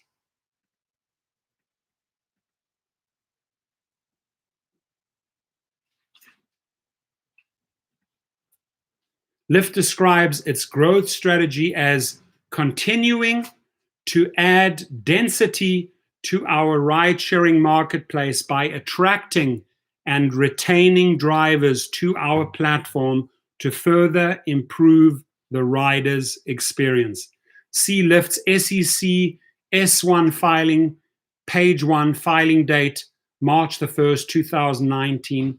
Emphasis added, the prospectus identifies a key factor affecting Lyft's performance as maintaining an ample number of drivers to meet rider demand in our ride-sharing marketplace. In response to the fundamental question underlying Lyft's business model, why Lyft wins, Lyft's IPO prospectus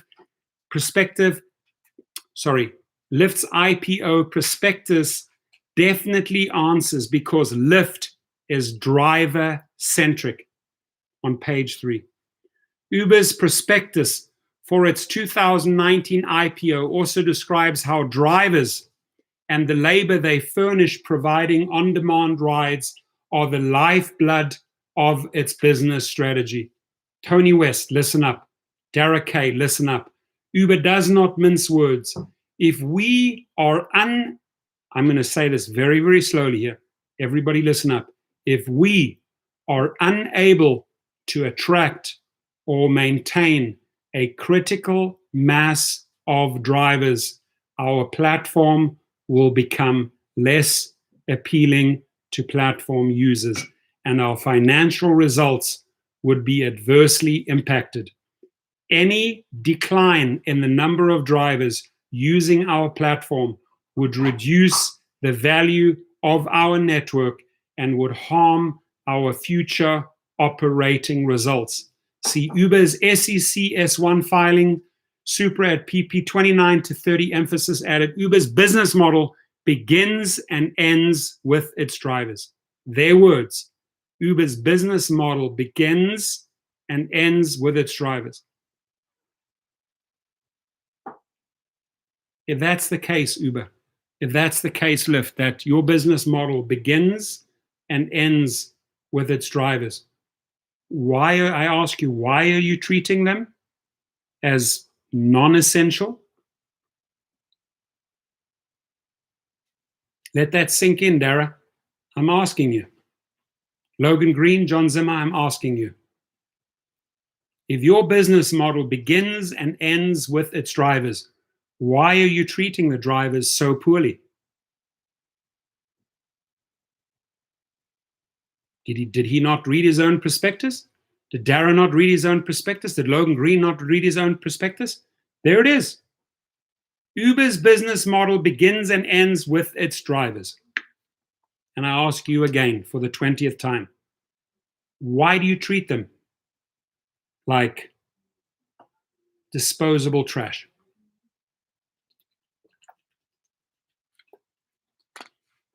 Part C of the ABC test.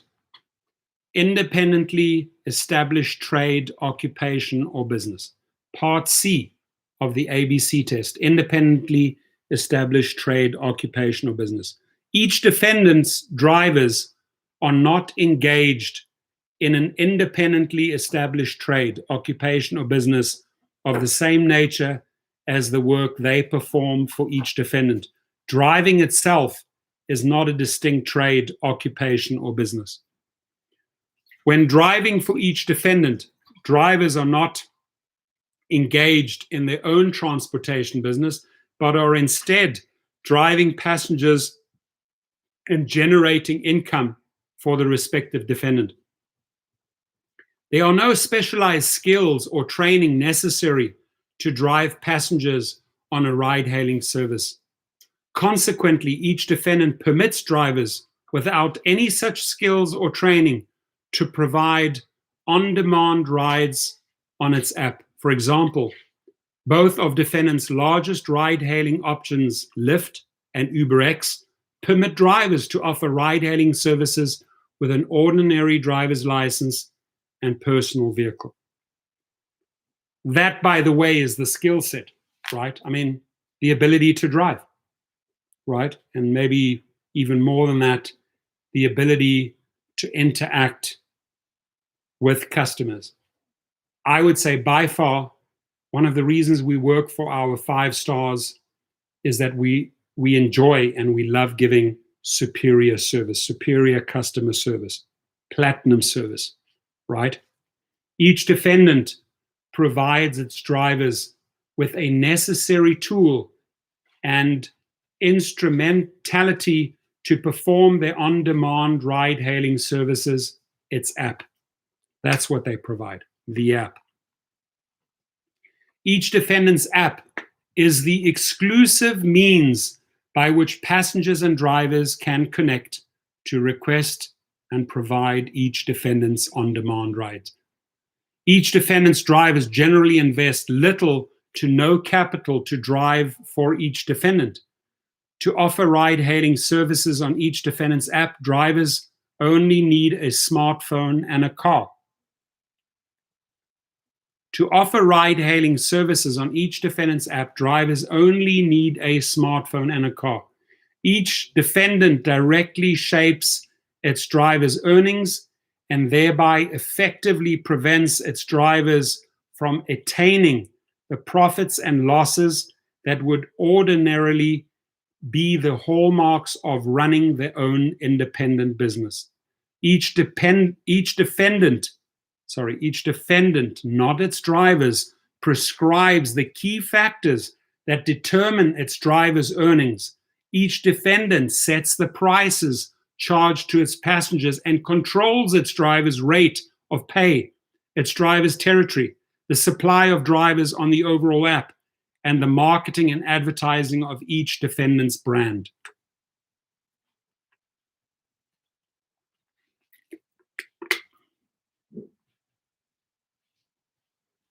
The limited economic levers that each defendant leaves to its drivers, such as whether to drive at busier times or for more hours, are not consistent with the level of decision-making normally exercised by entrepreneurs or those operating their own independent businesses. Each defendant limits its driver's ability to freely decline and cancel rides that drivers think will be unprofitable. I got to read this one. This is one of the biggest ones. Each defendant limits its driver's ability to freely decline and cancel rides that drivers think will be unprofitable.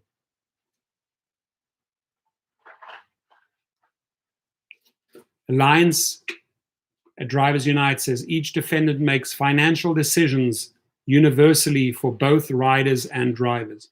Great.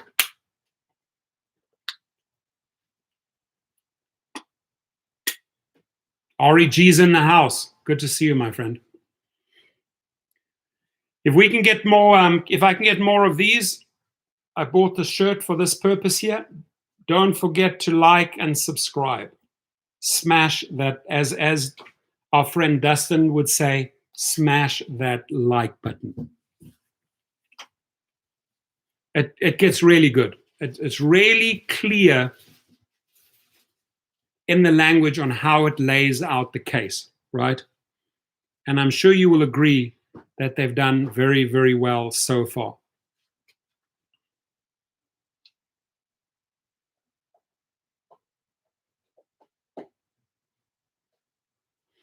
Each defendant limits its driver's ability to see all ride requests in an area. So we don't see all the ride requests in one area. And this to gouge their potential earnings based on demand for their services. Each defendant limits its driver's ability to share their accounts with other drivers, thereby curtailing its driver's ability to individually expand their business offerings. So we can't even expand our business offerings.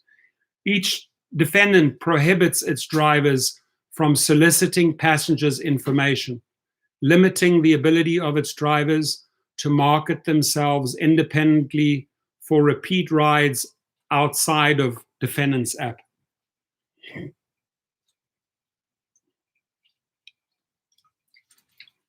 Oh yeah, Lizzie, thank you for reminding everyone. I appreciate that. She said, also hit that bell button for this channel. It's always informative. Cool.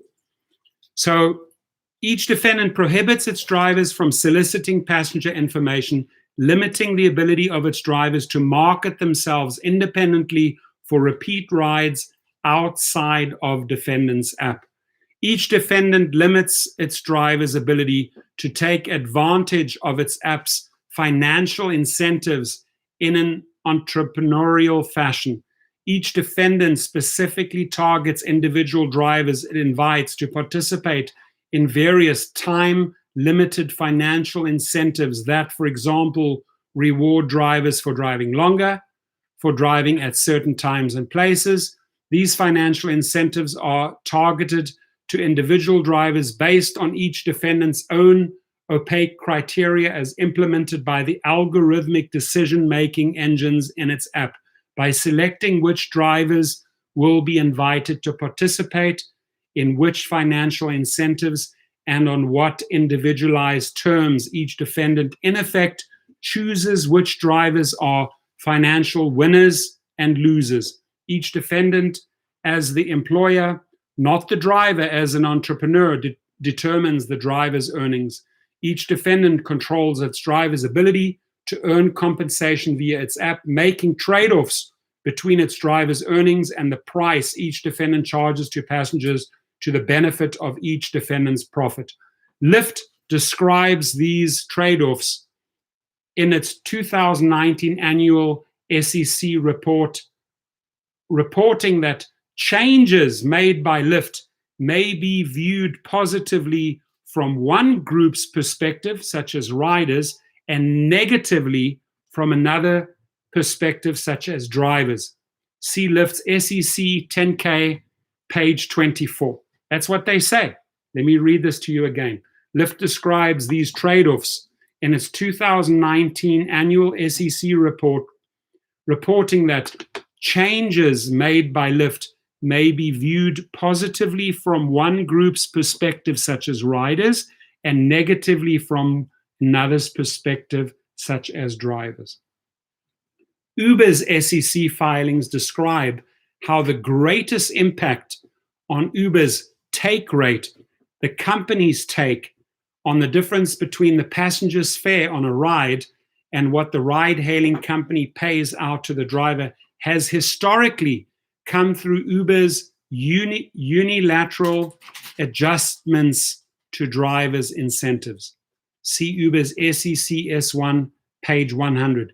In its 2019 IPO perspective, Uber freely admits the control it exerts over its drivers' earnings and the fact that Uber's own profit comes at its drivers' expense. Wow.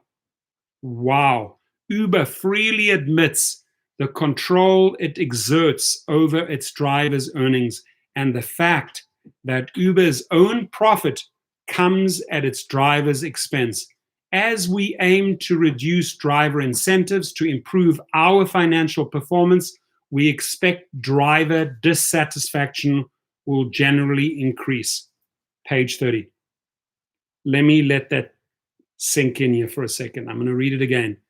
This is Uber. As we aim to reduce driver incentives to improve our financial performance, we expect driver dissatisfaction will generally increase.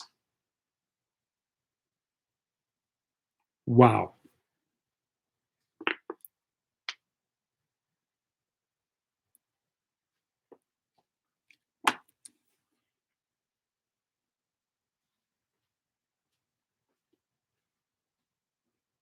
New Year's Eve, 60%. Yeah, New Year's Eve, they were really juicing up the numbers. If you got money, it looked big, but they were actually taking a huge portion of that. So, number 4, defendants' unlawful misclassification of drivers results in unlawful and unfair business practices. The bold letters. Defendants' unlawful and misclassification of drivers results in unlawful and unfair business practices. It is evident that neither Uber or Lyft can meet their burden of showing that their drivers are independent contractors under California's ABC test for misclassification as adopted in Dynamex Supra case, blah, blah, blah, AB5 under part of A of the ABC test. Defendants exercise control over their drivers through their apps, which in combination with their policies function like algorithmic managers that effectively supervise defendants' drivers like human managers. Under part B of the ABC test, drivers perform services within defendants' usual course of business, providing on-demand rides. Under part C of the ABC test, defendants cannot show that drivers have established independent businesses. That's true. Uber claims that drivers are in the heart of our service, and Lyft claims that drivers are what makes Lyft Lyft. But by misclassifying their drivers, defendants have devised an unlawful business model that denies these very same drivers the protections and benefits they have rightfully earned as employees, and thereby gained an unlawful and unfair competitive advantage in the marketplace. Defendants' misclassification scheme hurts vulnerable drivers, undermines law-abiding competitors, evades defendants' responsibility to contribute their share as employers into the state's social insurance programs, and harms taxpayers who are often called upon to address the negative consequences to drivers and their families of defendants' exploitative employment practices.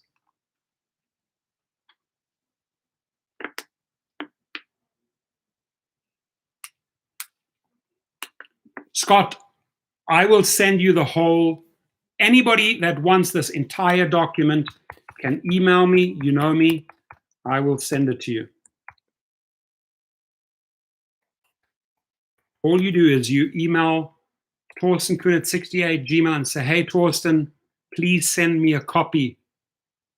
It's really fascinating when you read the argument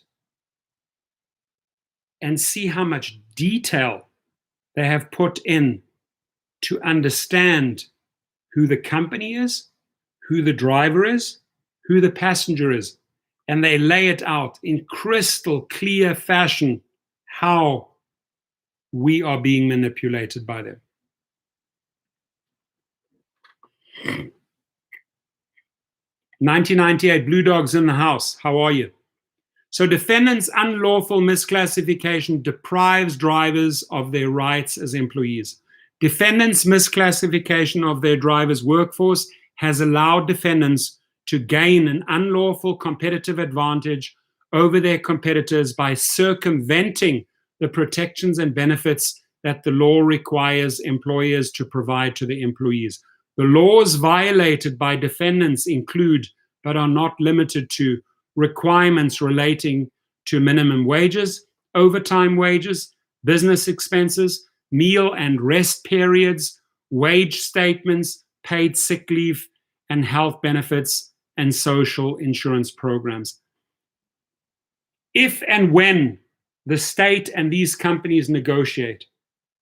And along with the negotiations, give us the flexibility to choose and the flexibility to drive when we want to drive. These things should be incorporated. And the laws violated by defendants include, but are not limited to, the requirements relating to minimum wages. It's a given. Got to make that minimum wage. Overtime wages. By the way, overtime wages add up. Right? You go over that 8-hour threshold, you should be paid 1.5 to 2 times. The business expenses, the meal and rest periods are not paid by them. Wage statements, paid sick leave, and health benefits and social insurance programs. Number 1, minimum wages. The law requires drivers to be paid the applicable state or local minimum wage for each hour worked, regardless of the compensation formula or method. Defendants do not guarantee their drivers a minimum wage under state and local laws. Instead, each defendant pays its drivers for completed rides based on the time and distance of the ride and other factors dictated by each defendant, including, but not limited to, dynamic pricing, pay surges, base rates, and minimum fares.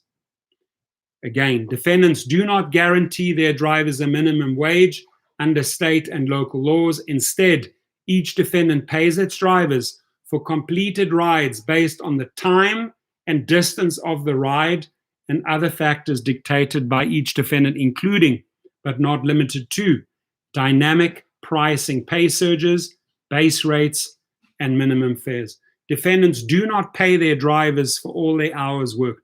Examples where each defendant fails to pay its drivers include, but are not limited to, time spent refueling, time spent for cleaning and maintaining the vehicles, time spent for off-duty rest periods, time spent driving to and returning from rides, and time spent logged on and monitoring each defendant's app for ride requests. Defendants cannot provide on-demand rides without the performance of these tasks. I got to repeat this because here we are and say, hey, we will not take a 20, 25-minute trip to go and pick up someone. Some people say, okay, my threshold is 15 minutes. You're driving out 15 minutes. You pick them up. You're not getting paid for those 15 minutes. You then perform a duty. You drop them off, and then you have to drive all the way back. You're not getting paid for that part, right? According to this, you should, right? So defendants do not pay their drivers for all their hours worked. Examples where each defendant fails to pay its drivers include, but are not limited to, time spent refueling, however long that takes, time spent cleaning and maintaining their vehicles, you know about that, time spent for off-duty rest periods, you know about that, time spent driving to and returning from rides, you definitely know about that, and time spent logged on and monitoring each defendant's app for ride requests, we know about that. Defendants cannot provide on-demand rides without the performance of these tasks. Defendants have failed and continue to fail to meet their minimum wage obligations with respect to their drivers, including hours that are entirely unpaid and hours that are paid at less than the applicable minimum wage. When you go to potterhandy.com in California, for example, and you start using the damages calculator and you start plugging in those numbers, the numbers add up very, very quickly. Number 2, overtime wages. The law requires drivers to be paid the applicable overtime rate of pay 1.5 times or 2 times the driver's regular rate of pay for all hours worked in excess of 40 per week. There are so many drivers that I'm talking to right here in the stream that are far over 40 hours per week, 45 hours, 50 hours, 60 hours, 70 hours per week. Everything over 40, right, is either multiplied by 1.5 or by 2 hours. And that's what's called overtime wages. for all hours worked in excess of 8 hours per day, and for all hours worked on the 7th consecutive day of work in a work week. Defendants do not pay their drivers overtime as required by law, despite the fact that drivers working overtime help defendants to ensure the steady and constant supply of rides on which defendants' business depend. Defendants have failed and continue to fail to meet these overtime pay obligations with respect to their drivers. My friends, overtime hours add up very, very quickly. You see there, somebody just said, so GT Racer 66 said he does 50 hours a week, right? So where are those 10 extra hours per week that should be paid overtime? Week after week, month after month, year after year. Do you know how much money that is?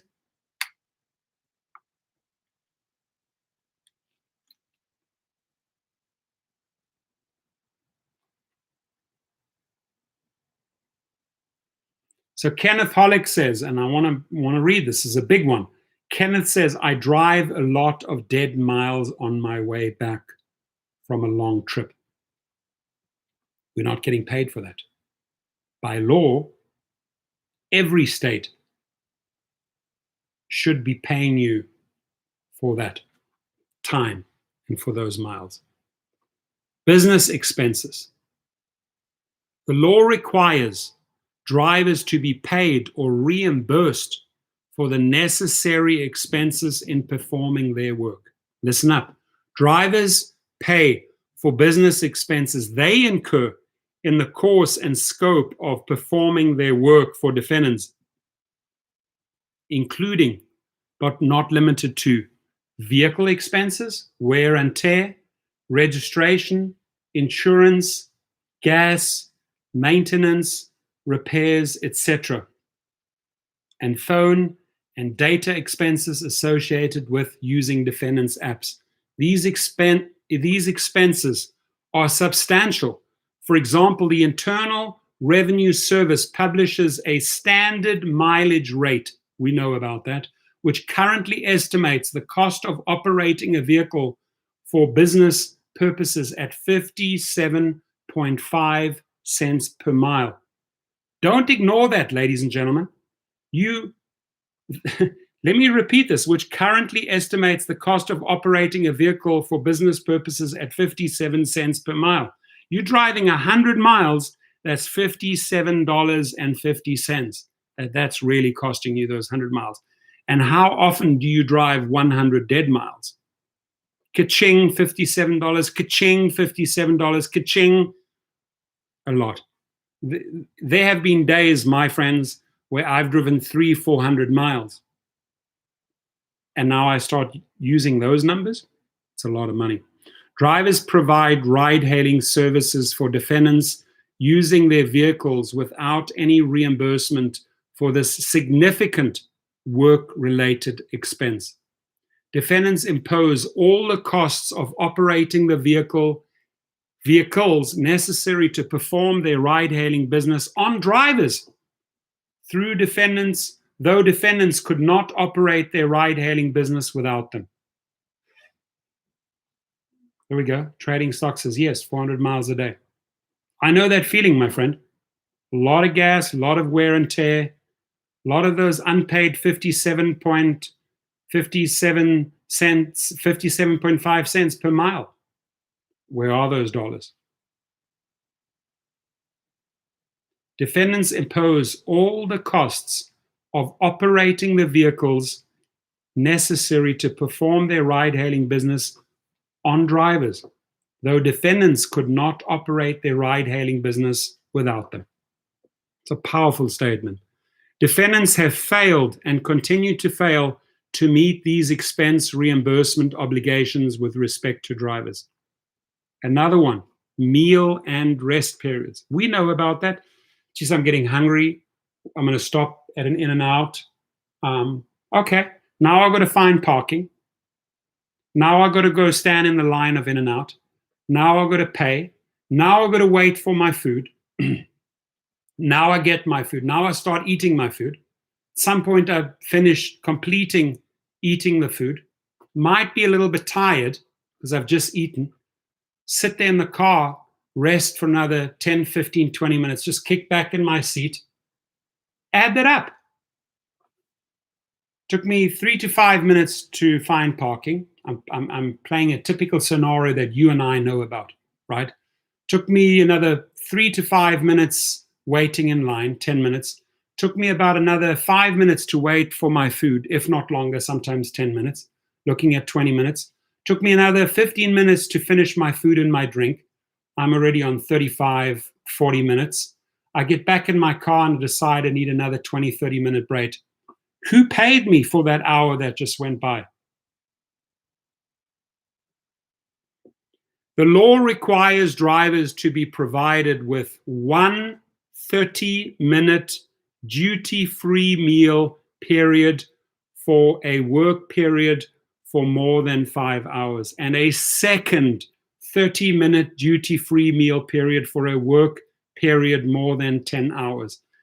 Many people know that 10 hours is minimum. And I just did a calculation based on finding parking, standing in a line, and I said, with a little bit of rest, that's an hour. And I was not wrong.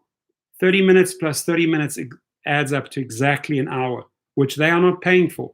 The law further requires drivers to be provided a 10-minute paid off-duty rest period for every 4 hours worked, or major fraction thereof. So if I'm working 8 hours, I should be given 20 minutes rest period, right? If I'm working 10 hours, I should be given 25-minute rest period. Authorized or required rest period time shall be counted as paid timed worked. So all those hours you've driven, all those rest periods you were never paid, it's money owed to you. And those class action attorneys and attorneys go on it. Now I'm telling you something. If you really want to get creative and you say, Torsten, email me this document, right? And now you start changing some of the verbiage, start taking some of the stuff out, right?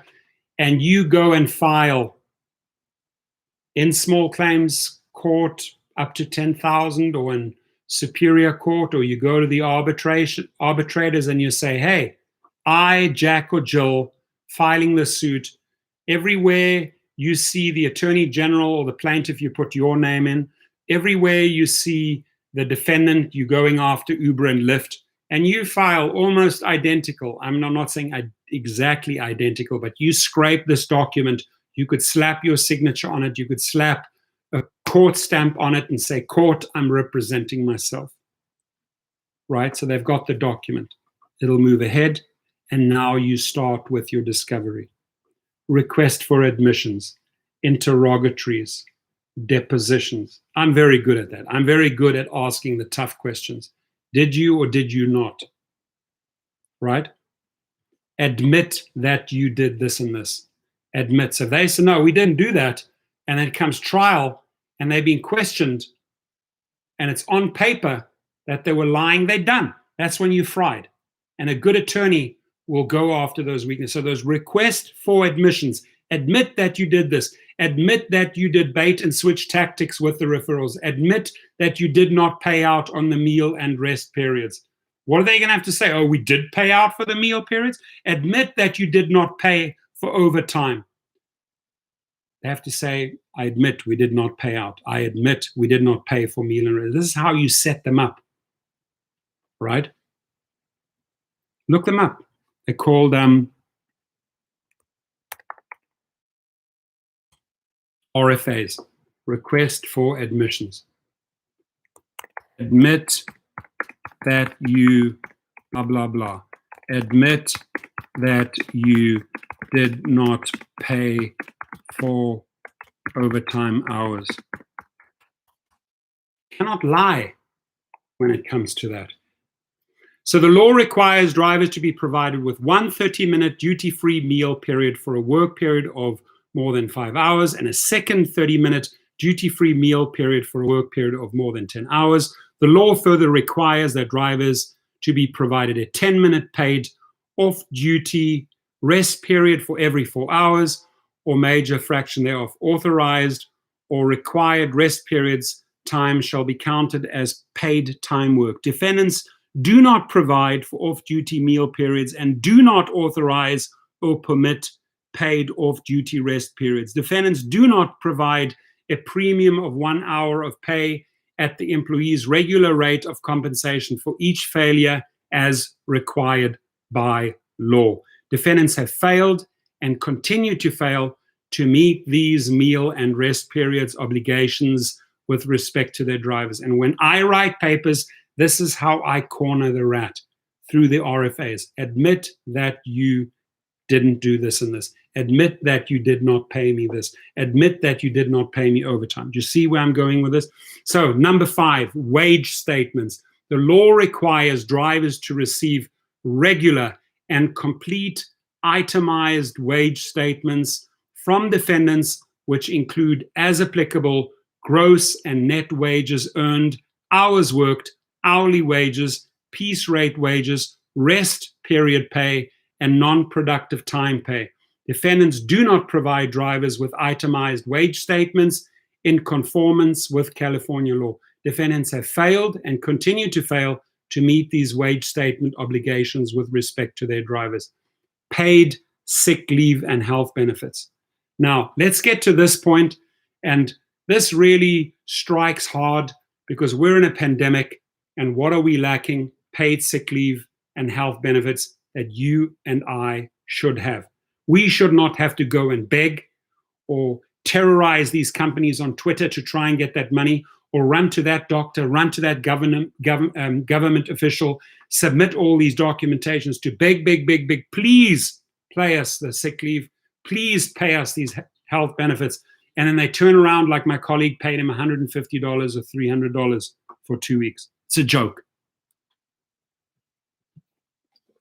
The law requires drivers to be provided paid sick leave benefits as specified under California law and various local laws, including but not limited to the Los Angeles, San Diego, and San Francisco sick leave ordinances. And I might as well add to that Dallas, Houston, Miami, Tampa, Florida, Salt Lake City, Las Vegas, Philadelphia, Cleveland, Ohio, blah, blah, blah, blah, blah, because it all works the same way.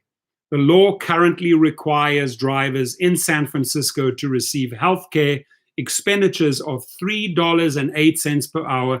In recent years, the rate has ranged between $2.53 and $3.08 per hour. Drivers do not accrue the paid sick leave benefits or receive the health care expenditures from the defendants that employers are required to provide under state and local law.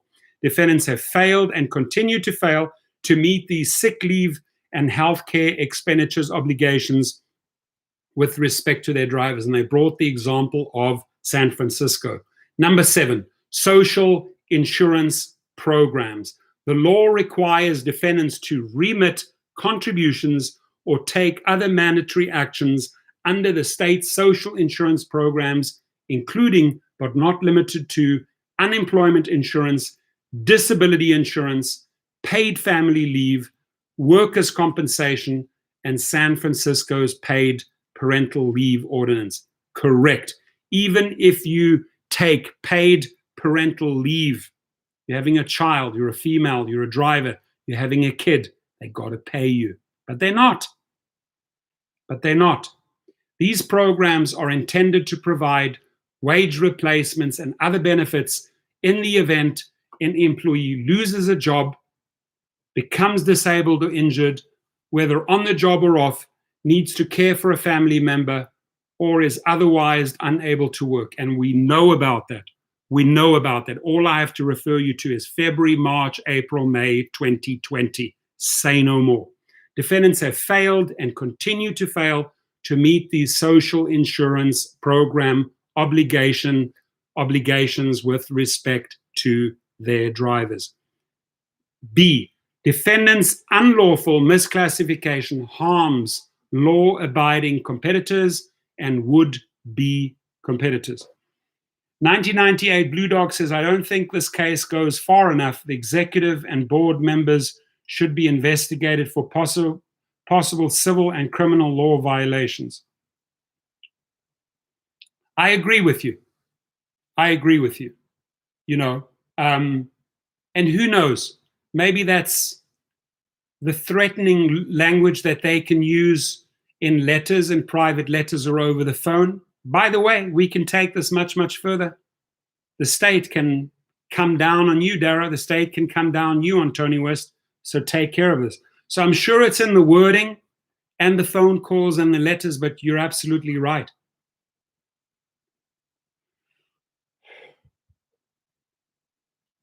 Kenneth says, thanks, Rick. I think I'm done driving. I've been fired 2 times for drunk passengers saying I'm drunk.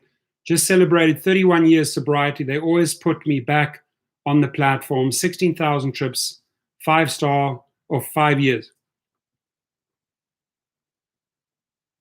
Kenneth, you know what you deserve is your own limo company. You should be running your own show where you're the boss. I'm not joking.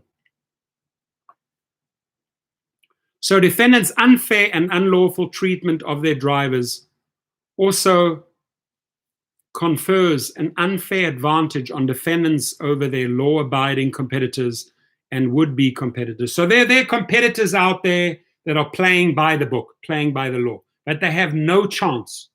They have no chance going up against people that are playing the dirty game, right? Because the people that are playing the dirty game are saving so much money and can really out-muscle and push competitors out of the market. Defendants utilize the illegitimate savings, I just said it.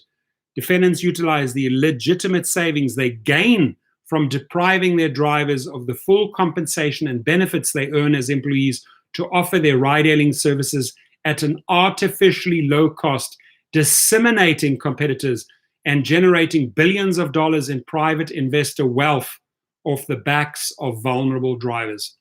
Brilliantly, brilliantly, brilliantly said. Amen. Thank you, Javier Becerra. Defendants utilize the illegitimate savings they gain from depriving their drivers of the full compensation and benefits they earn as employees to offer their ride-hailing services at an artificially low cost, decimating competitors and generating billions of dollars in private investor wealth off the backs of vulnerable drivers. I can relate to that. Off the backs of vulnerable drivers. Let that sink in. Defendants' misclassification of their drivers allows both companies to unlawfully reduce a substantial portion of the labor and vehicle fleet costs they would otherwise incur if they lawfully classified and compensated their drivers as employees, including reimbursing drivers for their vehicle maintenance and fuel expenses. Because driver compensation, along with vehicle maintenance and fuel expenses, generally constitutes the lion's share of operating costs for a car service, defendants' illicit savings allows them to gain an outsized competitive advantage over other transportation providers. This is why companies like the Blue Shuttle or all these shuttle services around LAX, they're folding, they're dying because of this practice, right? Because of this practice. Defendants' misclassification scheme unlawfully shifts the substantial labor and vehicle costs of running a transportation service from well-resourced defendants onto their under-resourced drivers, placing law-abiding competitors who bear those costs themselves at a substantial competitive disadvantage. That is why the case Sidecar versus Uber and Lyft can proceed, based exactly on that law. You know, that Sidecar sued Uber and Lyft, and the courts allowed that lawsuit to go ahead. In addition to avoiding paying drivers for the full compensation and reimbursements they earn as employees under state and local wage and hour laws, defendants also avoid paying their share of state and local payroll taxes and workers' compensation insurance premiums. On information and belief, the illicit cost savings defendants have reaped as a result of avoiding employer contributions to state and local unemployment and social insurance programs totals well into the hundreds of millions of dollars. Defendants' denial to drivers of the full compensation and benefits they are guaranteed under law as employees pushes the total amount of defendants' illicit cost savings over their law-abiding competitors or would-be competitors who cannot enter the market even higher.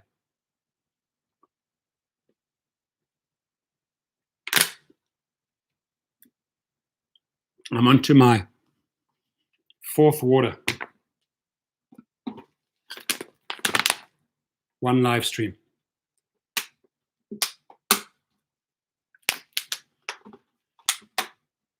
But I got to put this, I have, for my sakes, for your sakes, for all gig workers' sakes, I got to put this out there.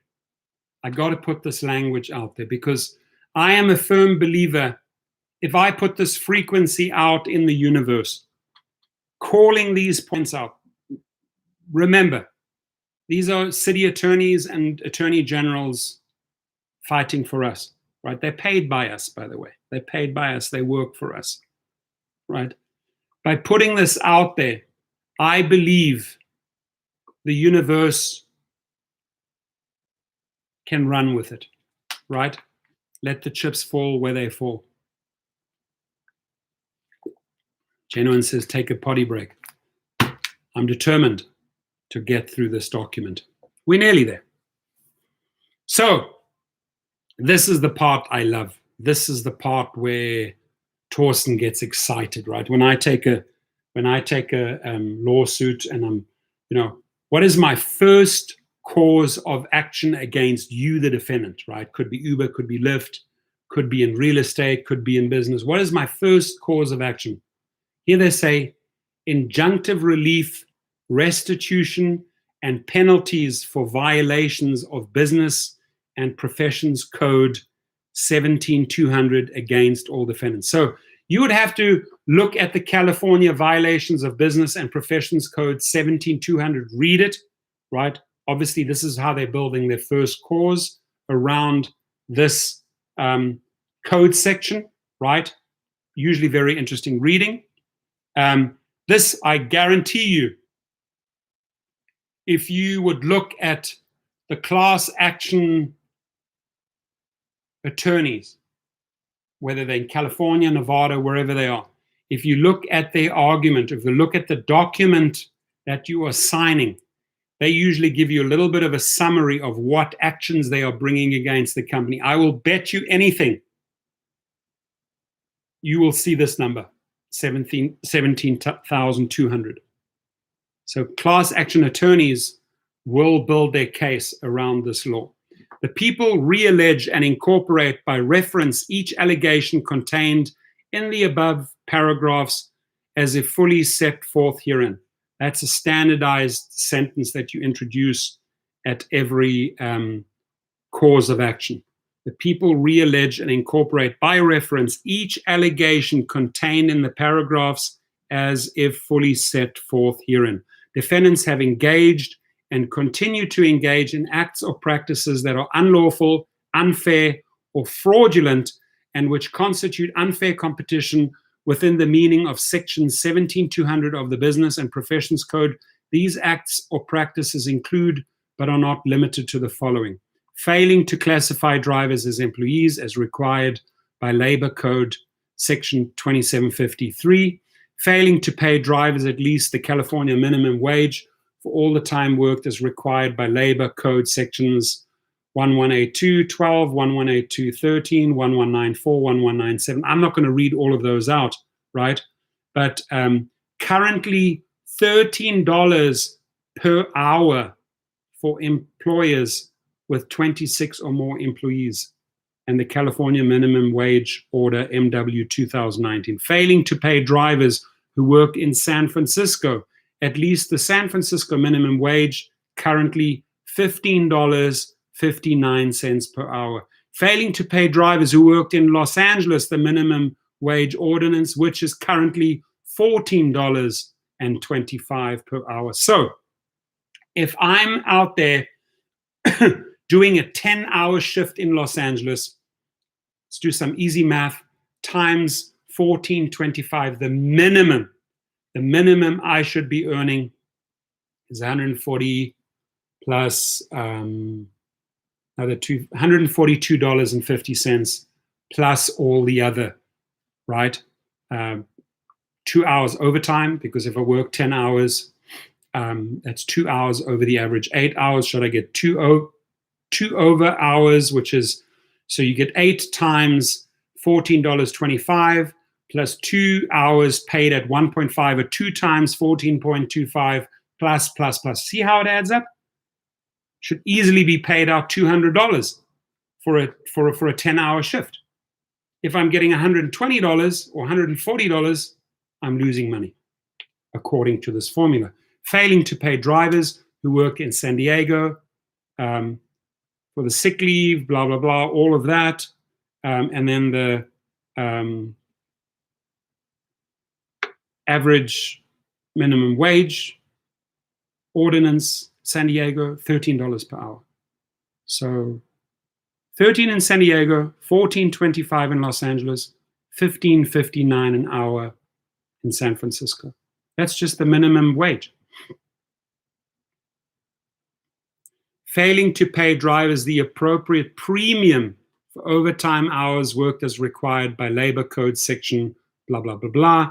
Failing to provide meals and pay meal periods, blah, blah, blah, blah. Failing to authorize permit and pay for rest periods and rest periods premiums as required by labor law, blah, blah, blah, blah. Failing to provide drivers with itemized written statements. Failing to provide paid sick leave under labor law section 246. Failing to provide sick leave to drivers who worked in San Francisco. Failing Los Angeles. Failing to pay sick leave in San Diego. Failing to make healthcare expenditures on behalf of drivers who worked in San Francisco, on behalf of Los Angeles, failing to pay employment training fund taxes for drivers as required by unemployment insurance code, failing to withhold to remit state disability insurance taxes, failing to withhold and remit income taxes for drivers as required by unemployment insurance code section 1320 and 13021, failing to provide workers' compensation for drivers as required by Labor Code section 3700, and failing to provide other rights and benefits to drivers under Labor Code IWC Wage Order 9-2001 and other local employee protection laws. Each defendant misclassification of its drivers as independent contractors and accompanying failure to comply with numerous provisions of the California Labor Code, blah, blah, blah, blah, all laid out in paragraph 17200. There it is. Second cause of action, injunctive relief for violations of AB5 Labor Code, paragraph 2750.3 against all defendants. They go through all of that because they failed, because they misclassified them. Prayer for relief. We're almost at the bottom. Wherefore the people pray for the following relief. This is the prayer for relief. God, do I love this part. This judge, I'm praying for relief. I'm praying for relief. Pay me. Award me, pay me, award me, pay me. Pursuant to business and profession codes 17203, that each defendant, their successors, agents, representative, employees, and all persons who act in concert with each defendant. So this is where this is the part where they go after the successors, the agents, the investors, the representatives, the employees. They sue them all. Everyone's on the hook. And all persons who act in concert with each defendant be permanently enjoined from engaging in unfair competition as defined in Business and Professions Codes 17200, including but not limited to the acts and practices alleged in this complaint, pursuant to Business Code, Profession Codes 17203, that the court enter all judgments as may be necessary to restore any person in interest, any money or property may have been acquired by violations of business profession codes, blah, blah, blah, blah, blah, blah, blah, blah, blah. Now, I want to show you something.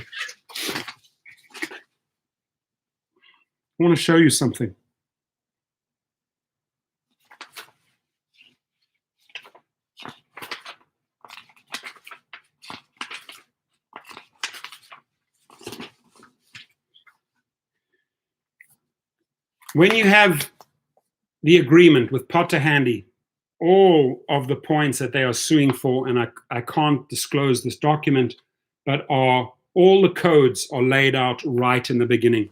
Right, you can go over that.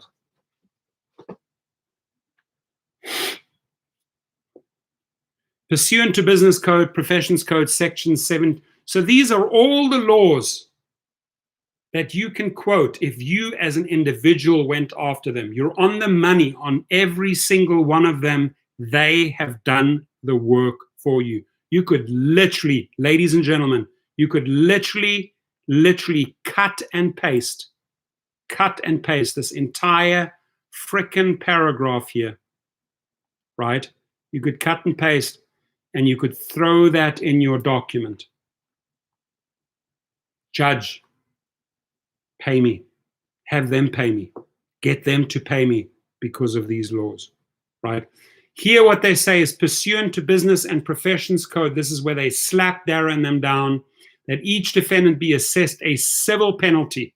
You can't, as an individual, assess a civil penalty against them. The state can. This is what the Attorney General. So this one here would definitely not apply to you, right? They say in an amount of $2,500 for each violation. That's for each person they violated, right? And then another $2,500 for each violation of the UCL perpetrated against a senior citizen or disabled person as proven at trial. Blah, blah, blah. That the people recover their costs of the suit, so Uber and Lyft pay for the lawsuit, and such other and further relief that the court deems appropriate. And when they say such other and further relief, that's usually punitive damages. If the judge wants to make an example and slap additional costs on them, he can. I mean, additional damages. Here's all these guys, and signed by the state. That's it. We covered the entire document. Ladies and gentlemen, I covered 27 pages with you today. I covered 27 pages in 2 hours and 30 minutes. I'm going to give myself a little round of applause, right? Because that really took it out of me. Tired, exhausted, thirsty. Not every day that I rattle off 27 pages. And don't forget to like, right? There's something you learned today. If there's something you can take away from this live feed today, give me a like, please. I would appreciate it. And again, when law firms represent you in the class actions, they cover all of this verbiage. So if you want to see how they go out there and battle, it's all in here. And if any one of you in this feed or in the other feed, if any one of you want to get a free copy of it, I'm sure many people have emailed me already. I will now be coming to the end of this live feed. I appreciate you all. You've been awesome. You guys have shared tremendous good stuff, just good information and suggestions in this feed. I've been keeping one eye on the paperwork, one eye on the laws which represent us, and one eye on the room. I've tried to not ignore anyone. I've been reading this eye, right? So I've definitely have not been ignoring you wherever I can. I've read out your messages, try to include you in the conversation. Why? Because this applies to us. This applies to Robin. This applies to Kenneth. This applies to Mike. This applies to Kenneth. This applies to Slidehammer. This applies to It's Moose. This applies to Scott. We are all trading US stocks and all of the other 45 people I haven't mentioned who are in this feed right now. This applies to us, that we have these guys going out there fighting for us. They've put on the gloves and they're using the legal verbiage, fighting for us, right? If you really have taken the time, I've read this document 3 or 4 times, you truly, truly understand how Javier Becerra and his crew, it's a big group of attorneys and paralegals, a lot of people get credit on this one, how they really have dialed in to the driver, how they have really tried to understand the driver, and they must have interviewed a lot of drivers and seen a lot of paperwork and also subpoenaed and taken a lot of paperwork to come up with this document, right? It's powerful stuff, my friends.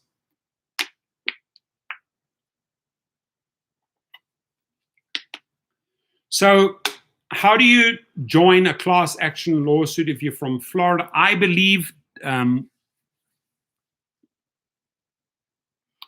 there's a nonprofit, I hope I got it right.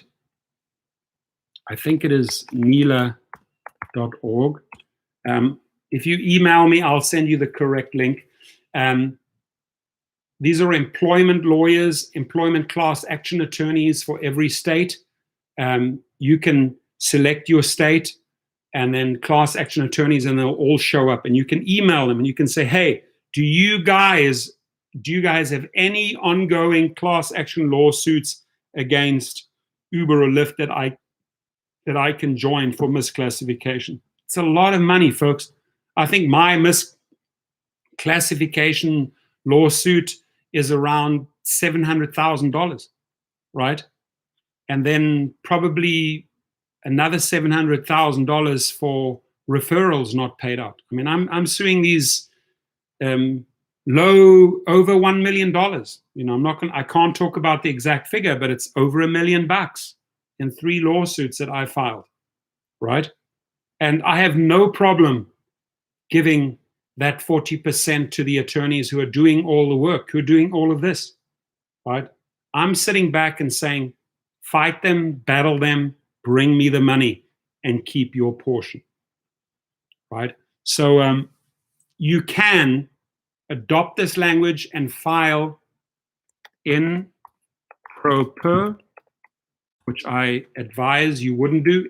If you're going in pro per in small claims court, I have a 14 out of 14 record. 14 small claims suits, 14 victories. Business related.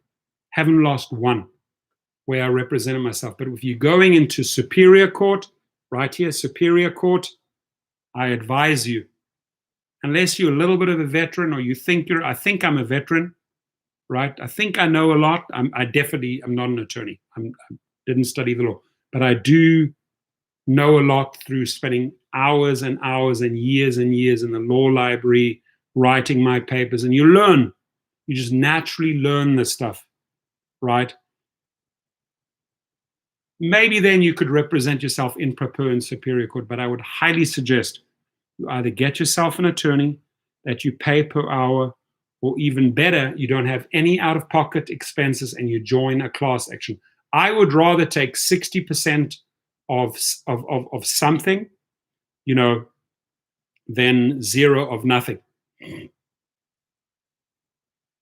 You can, but you have to look at your state. Whatever state you're in, you have to look at, like in California, the maximum, I can sue Uber or Lyft individually. I can sue Uber for $10,000 and I can sue Lyft for $10,000, right? In small claims court in California. But in superior court, there's no end. And then you might even try to get them into superior court, but you find, oh my God, you signed all those documents and you can't. You have to go to arbitration, which is not a bad thing. In arbitration, you're still fighting the same law. You're just getting a far quicker verdict. That, you know, there's no trials and all this bullshit. It's quick. And that's why class action attorneys force this. Multiple drivers, multiple damages, boom, straight into arbitration court.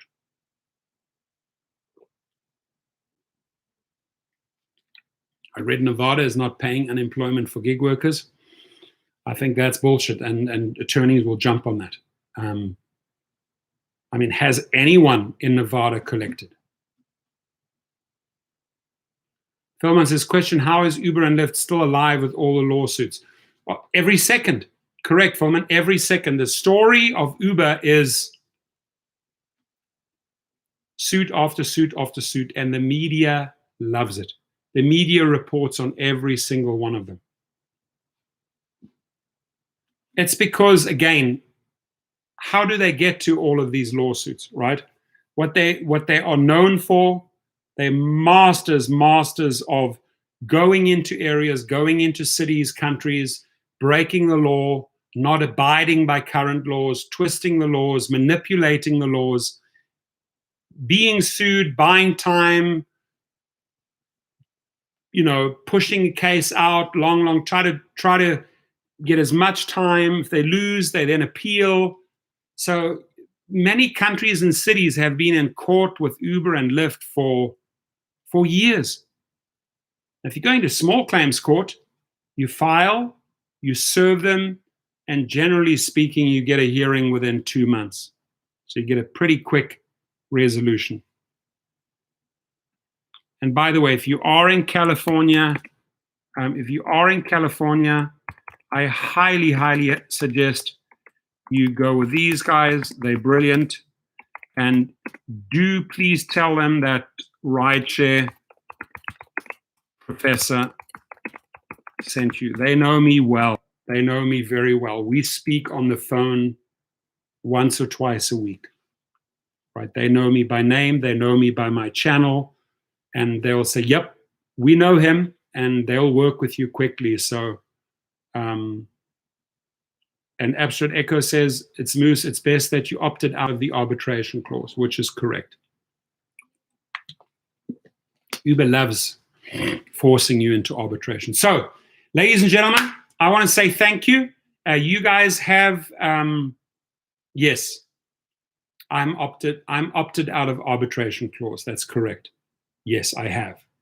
I've made many videos, as you know, over the years, showing you each time something occurred. I was always the first one to jump in and say, here's a new thing, opt out. This is how you opt out. Here's a new thing, opt out. This is how you opt out, right? So I've been preaching this for years, my friends, since my channel started.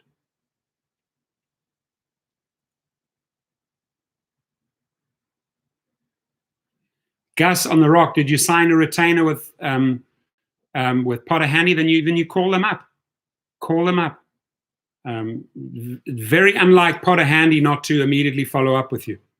If you say, hey, I signed the retainer, if you've signed it, you're good. Then it's moving along, right? If it's signed, sealed, and delivered, it's moving along. If there's any specific thing you need, I would email or call them. Right? But if you've already signed it, if you've already received the documents and you've signed it, now it takes its course. I don't know, Brooke. I don't know. I don't want to even. I don't want to offend anyone in Florida. I don't want to get into politics, but certain systems, certain states work very, very different to other states. I don't know whether it's politically motivated, whatever the case is, or I'm just saying too many Democratic and Republican, and I say both, too many Democratic and Republican senators and congressmen or House representatives work for corporations because that's where they get their donations. They always have their back. They don't necessarily have the back of the citizens, of the people of the United States, the people that are actually paying their salaries. But their salary is a pittance. It's a drop in the ocean what we are paying these guys compared to the money that they collect from the corporations, right? And number one on my target list, and I'll say it out loud, is Mitch McConnell. Mitch McConnell does not work for citizens of the United States. He is the guy who takes the highest donations from companies. Over $30 million so far. He does not work for you or for me. He works for the corporations. He works for big pharmaceutical companies. He does not work for the little guy, right? And that guy needs to go. That's the only political statement I'm going to make tonight, is that Mitch McConnell is the worst of the worst. He has collected more money from corporate America than any other senator or House representative or congressman. And he needs to go. Right? Because these people work for us. We pay their salaries.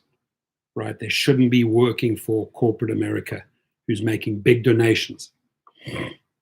Mitch McConnell recently backed a bill, and I'm not going to go into politics, but he got $50,000 in donations from multiple pharmaceutical companies to protect them, not to protect the senior or the little guy, right? So you always got to ask yourself, whose best interest have you in mind, Mr. Politician or Mrs. Politician?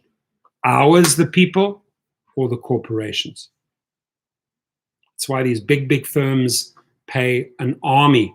Google has 30 full-time lobbyists, an army of lobbyists that wines and dines Republicans and Democrats alike in Washington, D.C., right? You do this for us, we do this for you. You do this for us, we'll do this for you. That's how politics work. The little guy needs to be taken care of here. And again, we're not going into politics. I just mentioned one person that I want to see out of politics. I'm not getting into the whole Democratic and Republican arena. I'm not. I'm just saying, in the United States, I do know that both sides, Democrats and Republicans, the majority of these people, senators and House representatives, work for corporations, not for us. That's all I have to say.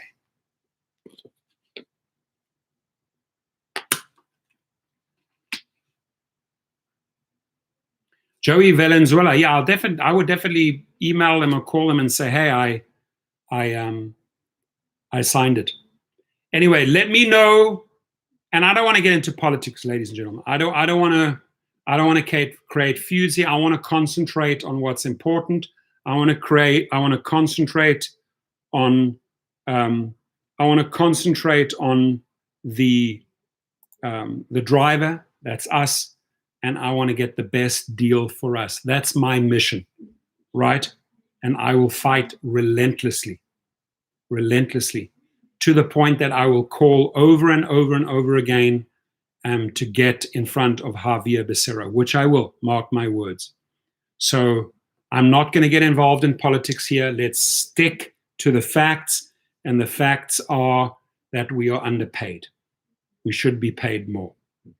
And whether you want to become an employee, not an employee, where you want to stay an independent contractor or think you are an independent contractor, I just say, let's create a whole new set of gig worker laws where we have the flexibility to choose with whom we work, when we want to work, and that we come out and get better conditions, better money, better pay, whether it's per mile, per minute, sick leave. All of these things have to be in there, and we have to have a voice at the table. We cannot be silenced.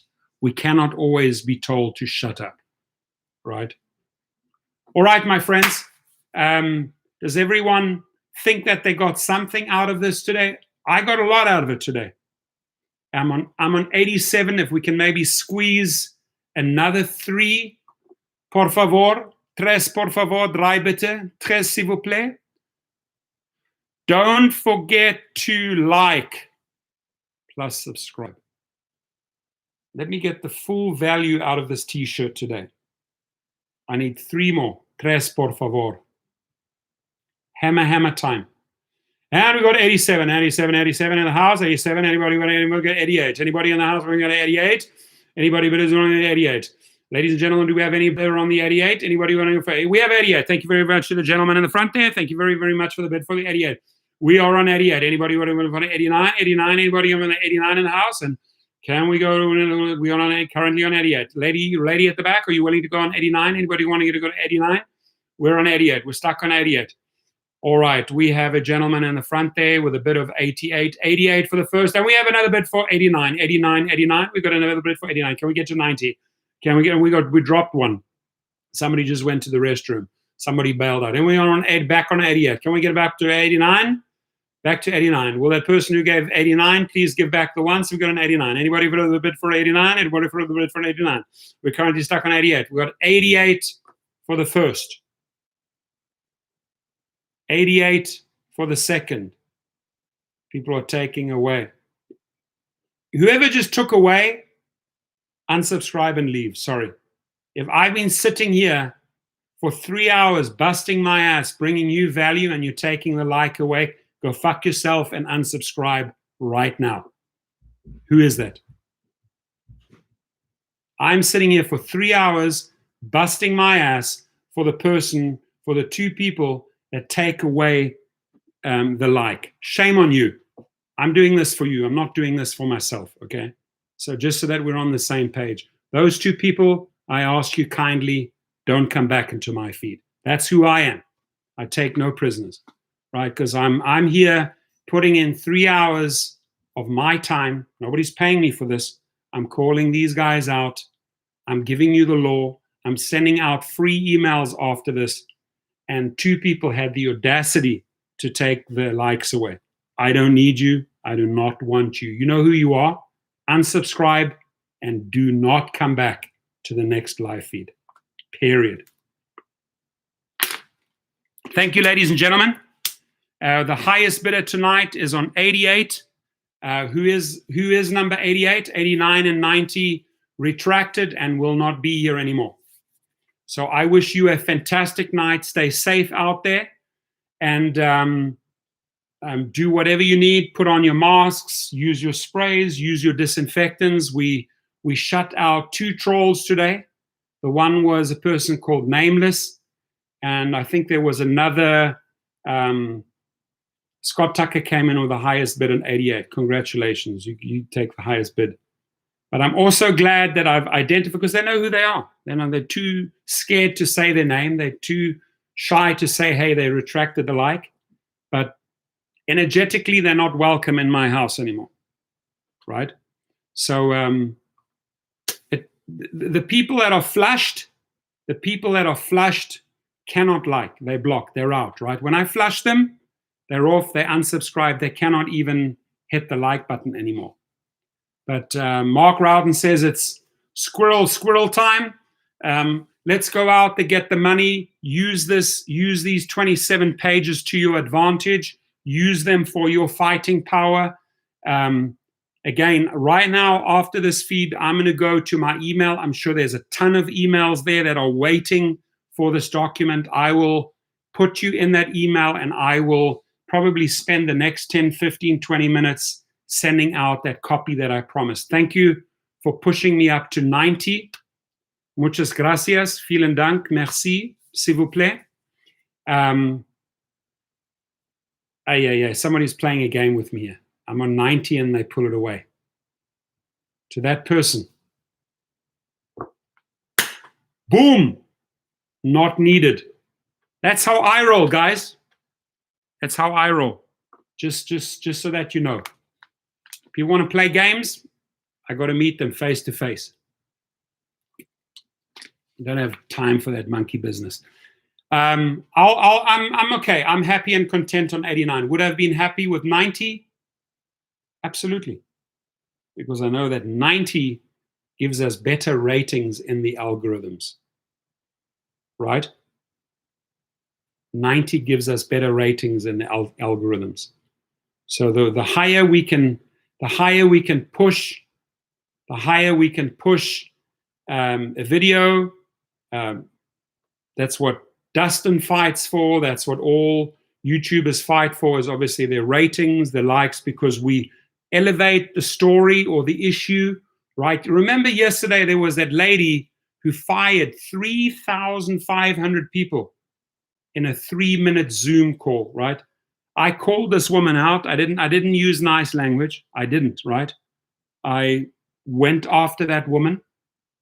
I also said at the same time that word that I used does not apply to the subscribers or the females or the women in our house. It was specifically for her. Her name was Ruffin the Muffin, Ruffin Chevalier. I called her a specific name, and that video got a lot of views. It got a lot of views, ladies and gentlemen. So I know that the Uber attorneys that know me and said that they're following my channel, I know they watched the Ruffin the Muffin video. I know that Ruffin the Muffin, because if you go in, do yourself a favor after this feed, go in and at YouTube and put in her name, Ruffin Chevalier. See who the #1 video is that shows up on YouTube. It's my video, right? So you guys know, what is her name? Ruffin? What was her last name? Go do yourself a favor, do an exercise afterwards. Ruffin Chevalier. I think that's how you spell her name. Type that name. After we end the feed, type that name, Ruffin Chevalier, that woman who had the cheek to put on those fake tears, that fake cry, and fire 3,500 people in 180 seconds. Shame on her. Despicable. And you put her name, her trashy name, into the YouTube channel, you will see I work getting that thing there to that position, so we get under their skin. So we call their people, so we call them out. I pad it with the right keywords, with the right hashtags, and I get the video to the top, right? That's how you get the traffic. It's Moose. You and I are good always, my friend. You don't have to. No sorries needed from my hardcore subscribers. I know who you are. I know who the warriors are, right? But there's some people that are here and there hiding in the dark, and the Russian trolls, as Abstract Echo calls them, and they like to play games. But I see this and I take it very personal. The reason why I take it very personal is because I'm here fighting for you and I, right? I'm fighting alongside these people, trying to get them, like the Javier Becerras of the world and all those other, I've got all the emails, right? I got them from the Deputy Attorney General. I write them a letter and I say, listen, look at my channel, look at who I am, look at my following, right? I'm in the top 3 worldwide for rideshare. I represent the people, I speak for the people. Please, if you can, if you need any people, especially California drivers, if you want opinions and voices from other states, other cities, tell me. I will get you what you need, right? I want to help you make this product better, right? And push for better pay. And you know, that takes a lot of ladies and gentlemen, it takes a lot out of you. You've got to be cut out for this shit. You've got to be willing, if you want to throw the jabs, the punches, and the uppercuts, you've got to be willing to get in the ring and fight tirelessly. Ask Edward, ask Alliance at Drivers Unite, right? Ask him what it takes. He gets out there hours and hours in the sun. He's got his banners up. He's got his bullhorn. He's in 150% for you, like I am. And it takes a lot. You either cut out for the game or you're not cut out for the game. You've got it or you don't have it. I can tell you I have it, and I'm willing to fight the fight, right? I've done it before. I'll do it again. So I love you all. I appreciate you all. Thank you, Alliance Drivers Unite. Subscribe to him. He is an amazing, amazing gentleman who has your back. And every single one of you right now in this feed and the other feed, thank you. I appreciate you. And to the 1 or 2 who played around with my likes, I'll see you in the afterlife. Have a great day. Everyone, enjoy. Good night.